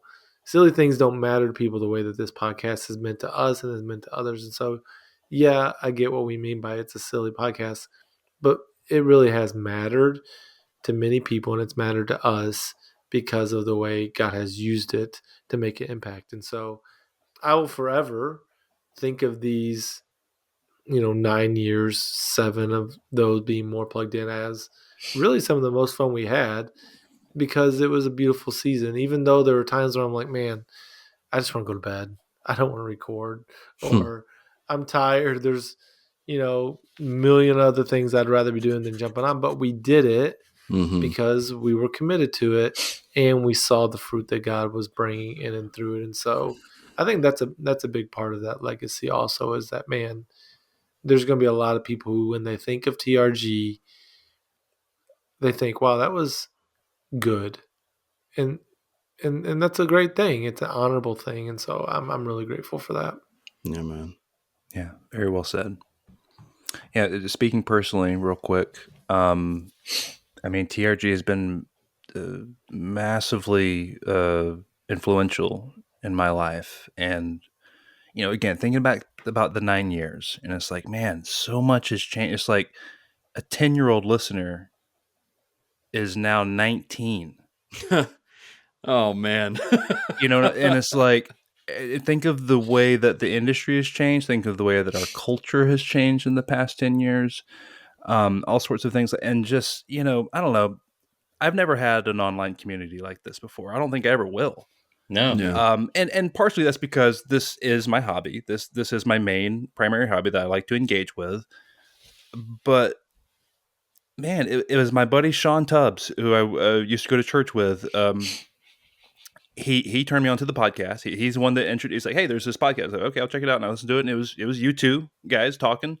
I think Logan, it was around the time you were playing every Final Fantasy or something like gosh, that. the Dark Ages. Yeah. And then I learned about the Facebook group, and like the rest was history. It's like I just got, and I it was so weird to my wife at the time how plugged in I was getting. She's like, who are these people? Like, who? You know, kind of like when you drug your wife to go meet up some people, Adam, in New York. Where it's like, who are we meeting here? Like, what is this? Why is this important to you? It's like they're our family now. Respect them. Yeah. And man, between just the outlet you gave me, Logan, to write on the website, Yeah. to kind of just stretch those kind of writing chops and those kind of critical chops, and just kind of doing some of the news stuff, it's like that was so fun. That was such a learning experience. There was no other place I could do something like that. Yeah. And it just means a freaking lot to me, man. And I want to thank you, Logan, for kind of just, believing in me and just kind of, just saying like, hey, let's do this.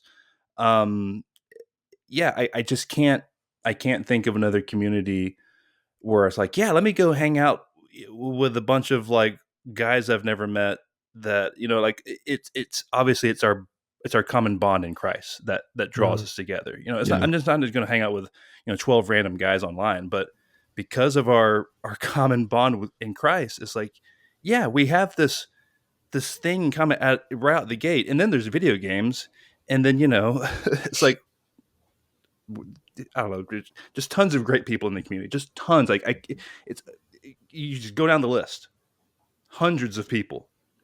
Yeah. And it's like, yeah, they're all here because of this common bond, because of this common hobby, and it's just a cool thing. And I've never really experienced anything like it. I don't know if I ever will again. I can't really say enough about it as far as how it has affected me in my life. And I'm just super happy that like I'm sad that it's gone, but like I'm happy that it happened at all. It's really classic. Cool. Yeah, that's good. Yeah, man. Skinner, I feel like you got something, man. Well, I mean, the funny thing is, I'm more of the background character, the NPC, that was kind of sitting in the back. But I got to try a little bit of everything. I got to come on sometime and host. I did get to write some for the website. I'm an admin on the Discord. And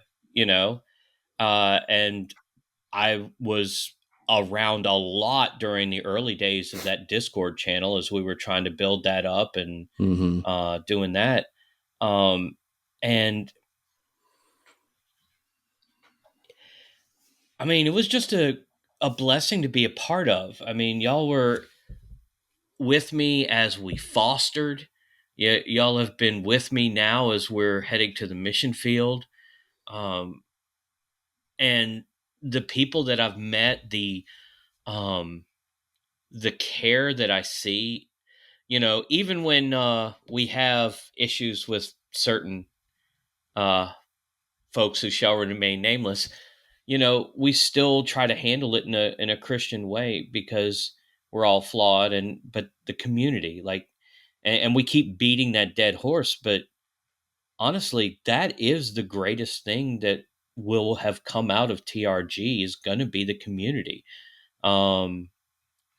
It's not going to be any kind of fame. It's not going to be any kind of anything for ourselves, other than the fact that we were able to connect to a band of brothers, to use an overused term, in a way that I'm not going to cry. I'm not going to cry. I'm not going to cry. We're all going to cry by the end of this episode. It's okay. But I mean, seriously, you gave me an opportunity to do something that I had wanted to be a part of. And it was awesome. Like, I got to be a part of TRG. Yeah. You know, there's this whole decade. There's a decade of time that TRG was involved, plugged in, to the point where a developer showed up on the show. Um, you were getting pre-release game codes to review. I mean, that's not nothing. You don't get that from not being somewhat significant. And to be allowed to be a part of that I was honestly shocked. I said it on a whim. I didn't think you'd agree. I mean, I was a patron at the time, but I was like, oh, maybe, it's worth a shot. I do audio stuff. I mean, I've got a decent ear. I can, if nothing else, I can get rid of coughs and sneezes. Yeah. And, Bro, when you sent me that message, I was like, it's like the meme. I'm sitting there drowning with my hand above the water. Like, please, someone, anybody at this point, help me. Well, then that's what it is. It's God brought us all together. Yeah. At the right time, at the right place, when we needed it the most. And he has used this podcast the same way. Yeah. At the right time, at the right place for a number of people, they found TRG. Like, say that guy where he lost everything. I remember the flood that you're talking about, and he lost a lot of his vintage collection of gaming stuff. And I remember that and being just so heartbroken for him. But imagine if he hadn't found TRG before that happened. Yeah. Yeah. TRG has made an impact. For better or for worse, yeah, you have done for the time you were called to it what you were called to do. All of you have. And while I was never a regular host, I got to be the dear editor. And it wasn't so much about my name being out there, but I was the dear editor. Yeah. And I was happy to be that. I mean, look at my logo that's showing on the screen right now. Like, that came about because of TRG. Yeah, I can't, but before I joined the show, I can't tell you the number of times that there was a segment in an episode or just something, a thread in the Facebook group or whatever that was like, that's just what I needed to hear that day. Kid you not. I'm talking about, like, from the Lord, not just like, I needed to hear the release date for the new game. Like, no, like, the Lord's got something to tell you today, bro. Like, listen up. It's coming through Adam's voice. I think today. Adam literally said that one episode. Yeah. But no, there's times that I was like, yeah, I'm like, dude, I needed to hear that. I needed to hear that. There's so many times in episodes, or like I said, just reading a thread, or just seeing an interaction. I'm like, oh, okay, just kind of opens your eyes a little bit. I don't know. I'm going to go in circles if I keep talking, but just there's a big impact there. I think as we continue to talk, I think we're realizing it more and more. Yeah. I don't know the reach. I don't know how many people, how many ears we've touched. Again, I don't really care, but I know it's something just because I know what it's meant to me.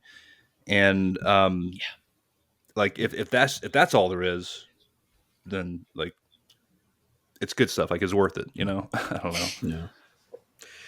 I'm gonna tie this in with some of these last write-ins we've got here that are asking about transferable skills and things like that. I'm gonna read John Hannon, and Melvin Benson wrote in one too. But like I said, I'm gonna tie these together because they talk about transferable skills.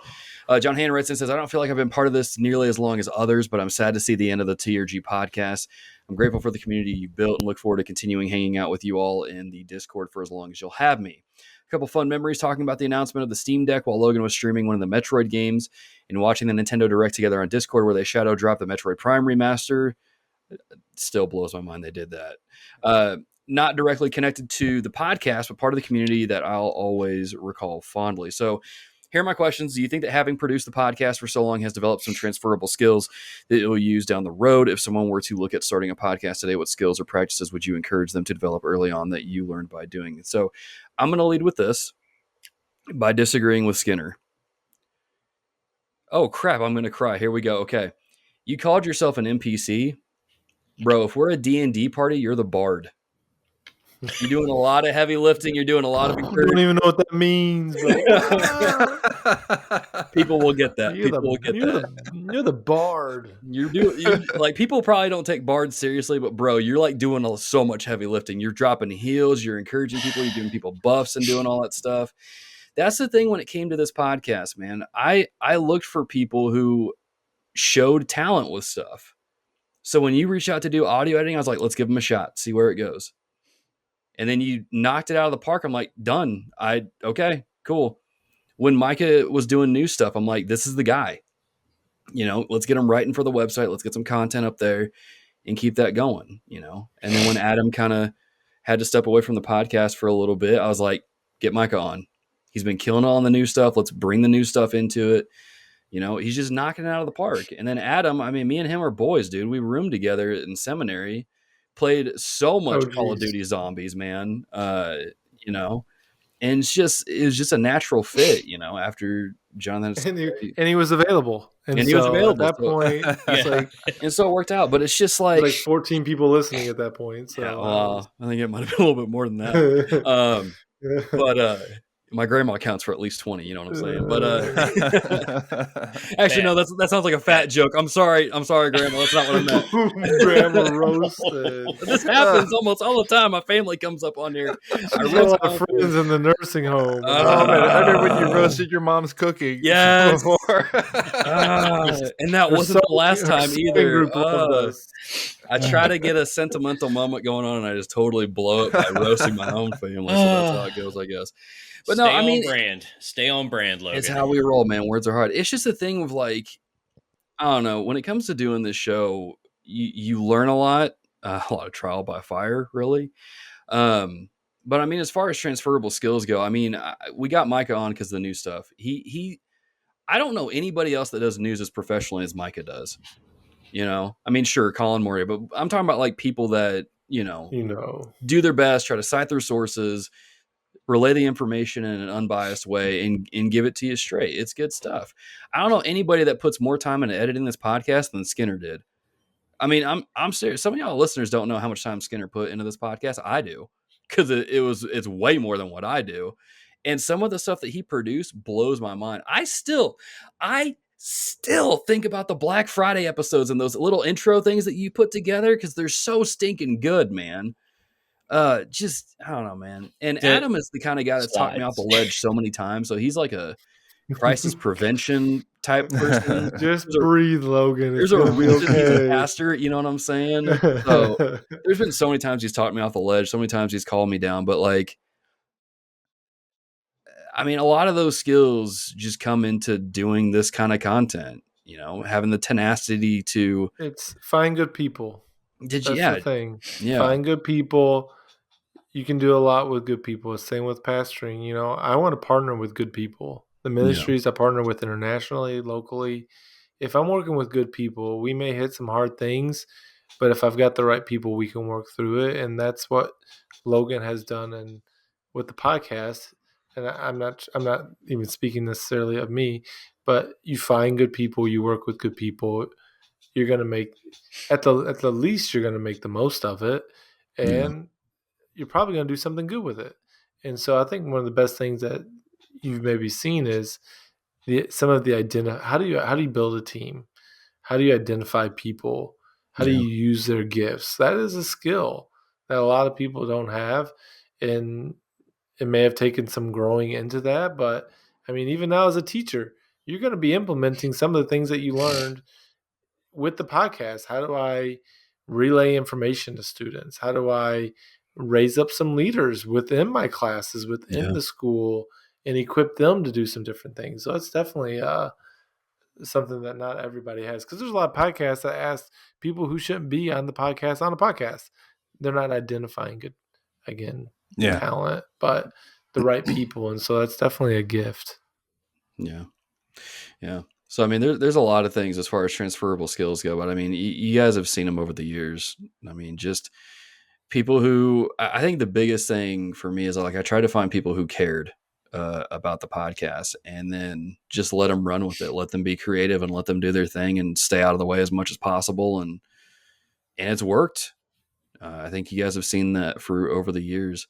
I mean, there's stuff you're going to see in there about like communicating and getting over public speaking and all that jazz to the point where you just aren't afraid of it anymore. But I think some of the deeper stuff is that stuff that we've talked about there. Kind of going from that there. Of course, like editing, organization, all that stuff is going to come into play. But I think the key thing is delegating is the big thing, and letting people people the opportunity to try stuff. So there's Yeah, that. you gave me a lot of leeway when it came to what I was doing, Yeah. like sweepers and the openers, the closers. I do remember one, and I thank you because it got me apparently past the first step. I was in the running for a job with a fairly major audio company. Oh, And I remember that. Yeah. well, and what it was, what got me in was the ad that I put together that sounded like a classic radio Ovaltine ad. Yeah. With all the different layers I put on it to add static and the voice work I did and all of that. And my editing increased, my ability increased dramatically as each episode went on. And I started identifying things that were like, well, if I shorten this and turn this and slide this here, well, this will make a better transition and sound easier. Yeah. And there'd be times that the audio tracks would, do you remember the one where I sent you a picture of it where I had to delete almost half of the tracks because of some background noise? Yeah. It was insane. It was like so much. And I think you're welcome. Oh, that was yours. Well, no, the only one. What can I there was say? One that was, there's a couple that were worse, believe it or not. There was some guests that came on that their setup was garbage. Not the worst. Not the worst. No, not the worst at all. A full-time host, Lord willing, should not be the worst. And the fact that I'm in the conversation says something. Except for those 3 episodes. Yeah, those 3 episodes were just hard. But no, I mean, like, my ability to be able to even, that was actually good because I was able to take some of the fairly garbage recordings and produce something that was at least tolerable and understandable. Like, I mean, I'm not proud of those because I did not get them all the way to clarity, but I mean, I was working with a hot mess and I at least got something usable. Yeah, man. And those are things that I now have in my tool belt. Like, I know how to do that. I know which app to pull down. I know which VST to download and add to. I mean, and I mean, some of it I've already transferred to use in ministry where I help my church edit their video and audio for a conference that they had, and I was doing their podcast for almost as long. So I mean, even the bard can increase his skills from doing this. But being given the opportunity as a leader, Logan, you've done a fantastic job of keeping all of this as a coalesced whole. You're not difficult to work with. You care. You want to see people succeed. You give people opportunities. I'm trying to make you cry here. You're succeeding.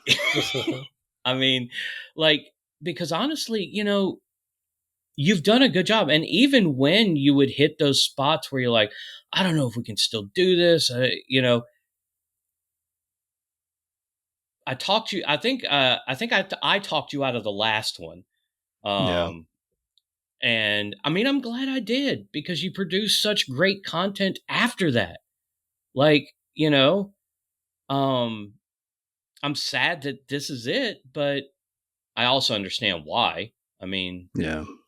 but at the same time, you've done a fantastic job as a leader in picking people and or giving people the opportunity. And you didn't shy away. When you listened to something and you were like, I don't really like that, you would tell me, you know? So it Yeah. wasn't like you just gave me carte blanche, but you did give me a lot of latitude, and it allowed me to create amazing Thanksgiving intros for Black Friday and Yeah. what have you been playing audios from various games, especially the Metroid one. I'm really The Super proud of the Metroid was my Metroid favorite. one. I Yeah. still have that in the soundboard up here somewhere. The what have you been reading book turning sweeper, the sweeping for the for the housekeeping, like it taught me how to go look for that stuff and put it together.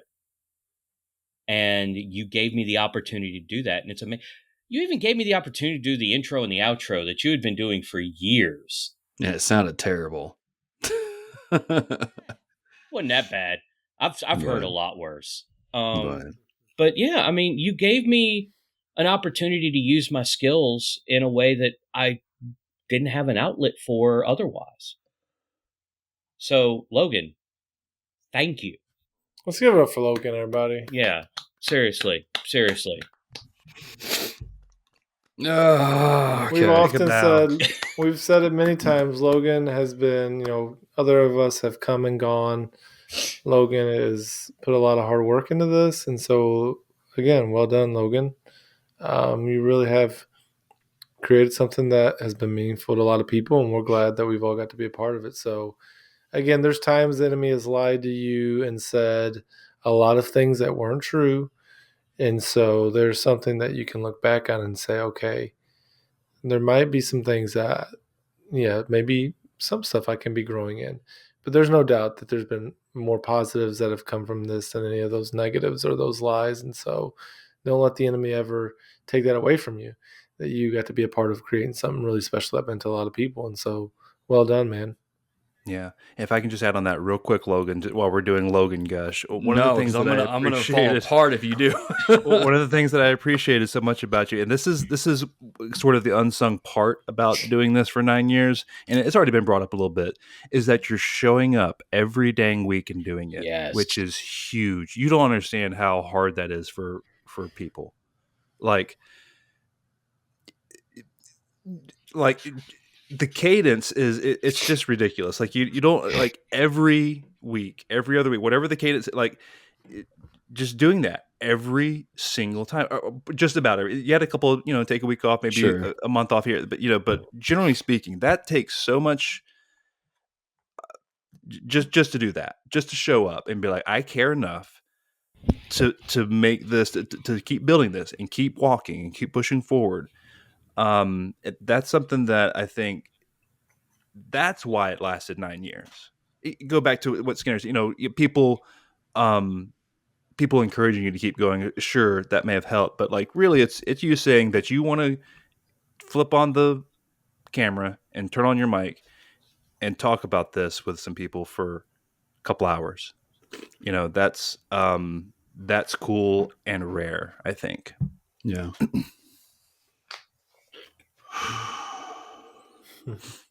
Well, congratulations, guys! You left me speechless, so that's a first. But no, I appreciate all the kind words. Words are non-existent. They're non-existent, man. Words have transformed from hard to being non-existent. No, I appreciate a lot of those kind words. I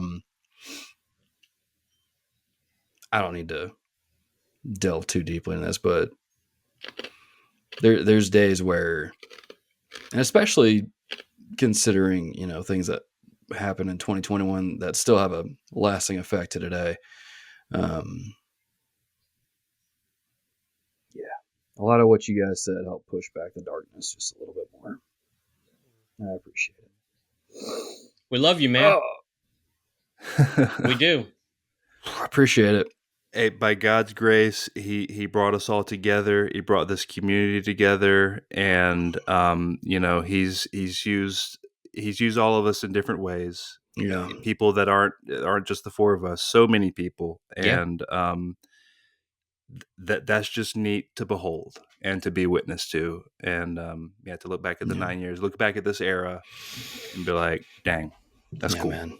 That's It's cool pretty what the wild. Lord did there." I want to hug you guys. I just want to give y'all all This a would big be hug this right would be an now. appropriate time for a hug, 100%.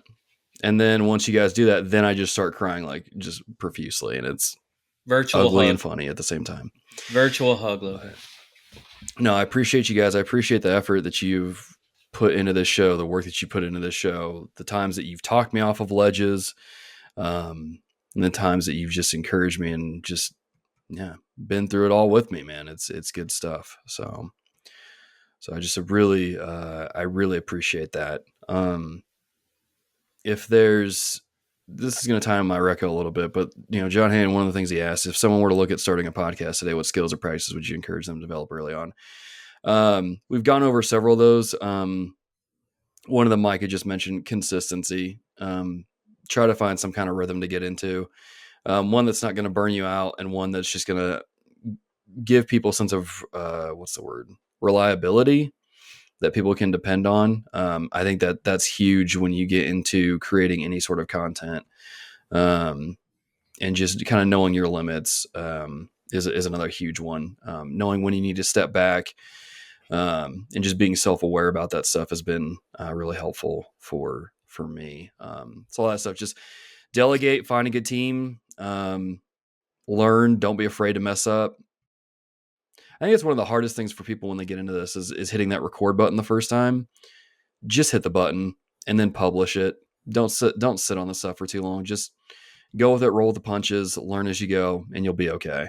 And if not, then you can hit me up. I'm in the Discord. I've helped people out before. It's no big deal. Or Skinner or anyone else really. But with that being said, there is one final question. This is kind of end out the show here. Coming in from Sam. I don't know how to say your name on Twitter, my guy, but it's Gaming and God. He says, what's next for TRG? Any upcoming projects or shift in the group? Well, like I've said before, the YouTube channel isn't going away. I still have Trails games to play. And so that's going to continue. That's not going to end for a while. There's a new game coming out this summer. There's another game I'm playing now that I got to finish, do a video for. And then there's another game in between that and this new one coming out that I got to play that ties in with the new game. So, I'll be busy. You will see me on YouTube still. But what about y'all? Are you guys going to be doing any kind of content stuff after this? I know Skinner, you're going to the mission field. Adam, you're knocking out as a pastor and doing all that stuff. So no on him. But Micah, what about you, man? Are you doing anything news related or anything like No, that? nothing's planned, but I wouldn't be surprised if I got the itch again for something. I don't know.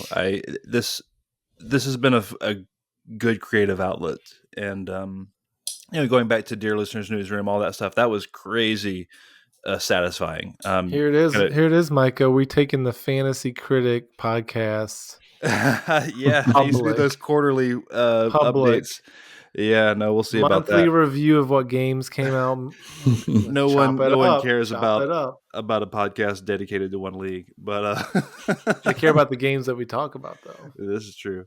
No plans, Logan, but I've got too much of an itch to stay away too long. I'm sure something will pop up, but we'll see. I don't know. Fair enough. I want to be editing something at some point. Yeah.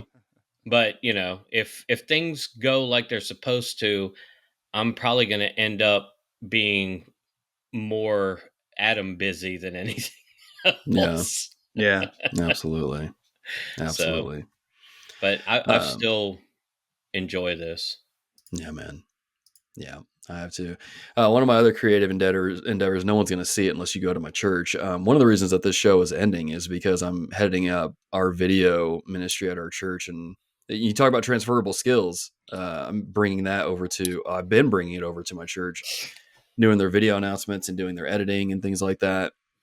And so I'll be hopefully able to scale that up a little bit more this year. We'll see. But it's been a lot of fun. It's been pretty cool to see that just kind of work out. And it's also nice to see people understand my humor a little bit that are older than me. I didn't think people would get my jokes, but they do apparently, which has been fun. So yeah, as far as that goes, the Discord server is going to, for those that are curious, like what's going to happen with TRG, obviously podcast is ending.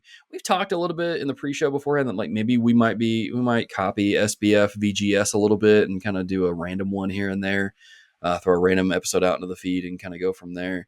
The YouTube channel is still going to be around. The Discord server is still going to be around. The TRG account's still going to be on Twitter. I probably just won't tweet from it, but it'll still be there. So if you want to, I don't know, look at it, you can do that, I suppose. I don't know. But that's pretty much kind of what TRG is going to do from here on out. But, you know, there's a point in TRG's lifespan where if it wasn't for people supporting us on Patreon, we wouldn't have been able to reach this point here. I could go through literally every single Patreon person who has ever subscribed to us here, but I think that would be a lot. There's a surprising amount of people that have done that over the last, I think the Patreon's been around for 4 or 5 years now. But I just want y'all to know, we all greatly appreciate your support. Seriously, without y'all, we wouldn't be here at this 9-year mark. doubt. And so greatly appreciate y'all. Greatly appreciate the feedback you provided. Greatly appreciate just a lot of the friendships that have come from it. Again, I talked a little bit earlier about how me, John Hannon, and Alex Castellanos all played Marvel Midnight Suns last year, and that was a lot of fun. We've got people on there that are, I know personally in my own life, people that I've gotten to know through podcasts and things like that. So just shout out to y'all and appreciate y'all for continuing to support this show. And that allows us to just keep doing it. Like I said, we wouldn't be able to be here. So I appreciate y'all's continued support and just appreciate that. But this wouldn't be an episode of TRG without some recos. So guys, what are our last finale sort of thing recos for our listeners? Adam, let's start with you. Yeah, there was a good movie Hannah and I watched recently called Champions. It's got Woody Harrelson in it. Okay. It's where he coaches a team of special needs students who play in like a rec league basketball. Super funny, really heartfelt movie. Really enjoyed that. And then the other one's board games. That was a big part of the podcast over the years, talking about some different board games. I was thinking about later some of the things that I appreciate with the podcast, and some of my favorite moments was getting some of the guys together that I went to college with that built board games and got to interview them. That was a lot of fun. But I got a newer game called Cascadia. It's like a mixture of like Carcassonne and it's getting late. My mind's blanking on some of the games. It's a mix of like 2 or 3 games. That's pretty fun. So if you're looking for a new board game, it's at Target and some of the different places. So it might be a good one worth checking out. Right on. Skinner, what about you, man? What are some of your recos? Well, super weeb that I am. If you've never gotten into One Piece, just do it. Just do it. Slow roll it. It's only 1,087 episodes. Only. And yeah, it's a lot. No, some of it is actually kind of skippable now, especially if you watched the One Piece live action. But if the One Piece live action felt good to you, I mean, that's what that story is. I'm caught up. I'm fully caught up. I've seen all the episodes. I've seen most of the movies. That seems outrageous. Huh? That seems outrageous. 1,000 episodes. It's a lot. It does. But like, especially if you can get through it, obviously the earlier stuff, it's going to be dated. I mean, the show's been running for over 20 years. Yeah. The Simpsons have been running longer than that, and they're still putting out stuff, and it's not even as good quality. But I mean, the story is coming toward the end. Like, it is actually ending. We're in the final arc of it. And the whole thing is about, he says he's going to be the Pirate King. He's going to find the One Piece, whatever. But it's about his crew, his family. And so I think of TRG. That's kind of we're like family, and so One Piece hits me. And Can then I interject about One Piece real quick? sure. So I've only made it like 100 episodes in, and I have to say this show is incredibly deceptive. When you look at it, you don't think it's going to be much. When you hear Luffy talk, it's like, oh my gosh, who is this guy? The show has layers, and you wouldn't expect it when you first watch it, but there's a lot of themes. The show's going to punch you in the gut a couple times. It's going to make you feel for characters in ways you did not expect. And so, I mean, I would also recommend it. My boy Chopper, don't mess with him. He will steal your heart. I'm telling you, he's my boy. Adam's yawning over there. We got to hurry up. You're killing me. I mean, all right, Skinner, your next one. All right. So obviously it's not going to be a reco from Skinner unless I do something that's going to Jesus juke folks. So here I go. Love your neighbor in a tangible way. It's easy to say, yeah, I love people. Yeah. Do something for them. Feed them. Send them a card. Edit their podcast. I mean, shovel their snow. Yeah, do something in a tangible way. And, so we ask the kids, who's your neighbor? Everyone's your neighbor. So if you see someone who needs help them. If it's not going to cost you to go out of your way. I mean, one of the things that we've learned in our training is that, God blesses folks. Like when Jesus sent out the disciples the first time, he said that even those who just gave you a cup of cold water would be blessed. Well, you think about that, just a cup of water, that's it. But it shows that we care about more than just ourselves. We're going to take the time and go do something. So love your neighbor in a tangible way. It doesn't have to be expensive. It doesn't even have to cost you really anything. But do what you're told. Love your neighbor as yourself. And lastly, and obviously, always support your local foster and adopts. They are always needing help. But the Great Commission, that is both local and global. That's not just the Great Commission doesn't just apply to folks like me who are going halfway around the world to go try and reach some people. That's right here where you're at right now, the people you're connected to. It is your job to reflect Christ if you claim Christ. He told all of us to go to Judea, Samaria, the ends of the earth. Judea was right there. It was at home. And you start, those of you that have them, you start with your children. And you tell them the truths. So that when they go out into the world, they have a firm foundation. They know what the truth is. And they can also reflect the love that Christ has shown us and you have shown them. It's good stuff, man. It's good stuff. Micah, what you got? Fantasy critic. Yeah, follow that up. My bad. How do you follow that up? I pulled it out. I had to just burst right through the wall with that, like the Kool-Aid guy. Oh yeah, man over here. Fantasy critic. No, I once again I didn't have a reco because we hit record. I'm like, oh, I don't have a reco. This is becoming a habit now. So I'm just gonna reco the thing that we wouldn't shut up about the past month or so is if you're not in a fantasy critic league, get you some friends and get in a fantasy critic league. Find it's not some too late. Nerds. It's not too late for 2024. You can set your draft anytime. You can set your rules up. It's real simple. Yep. Fantasycritic.game is the website. It's awesome. Have some fun with some buddies. You can have a league with like 4 people. Literally, just grab some friends and have some fun. Like it's a great time. You've heard us gush about it. You've heard us talk about it. We got the listener league. We got Dear Critics. We got the backlog breakdowns. Got a league. it's blowing up. Go check out Fantasy Critic. It's a good time. It is a good time. I would is. definitely endorse that.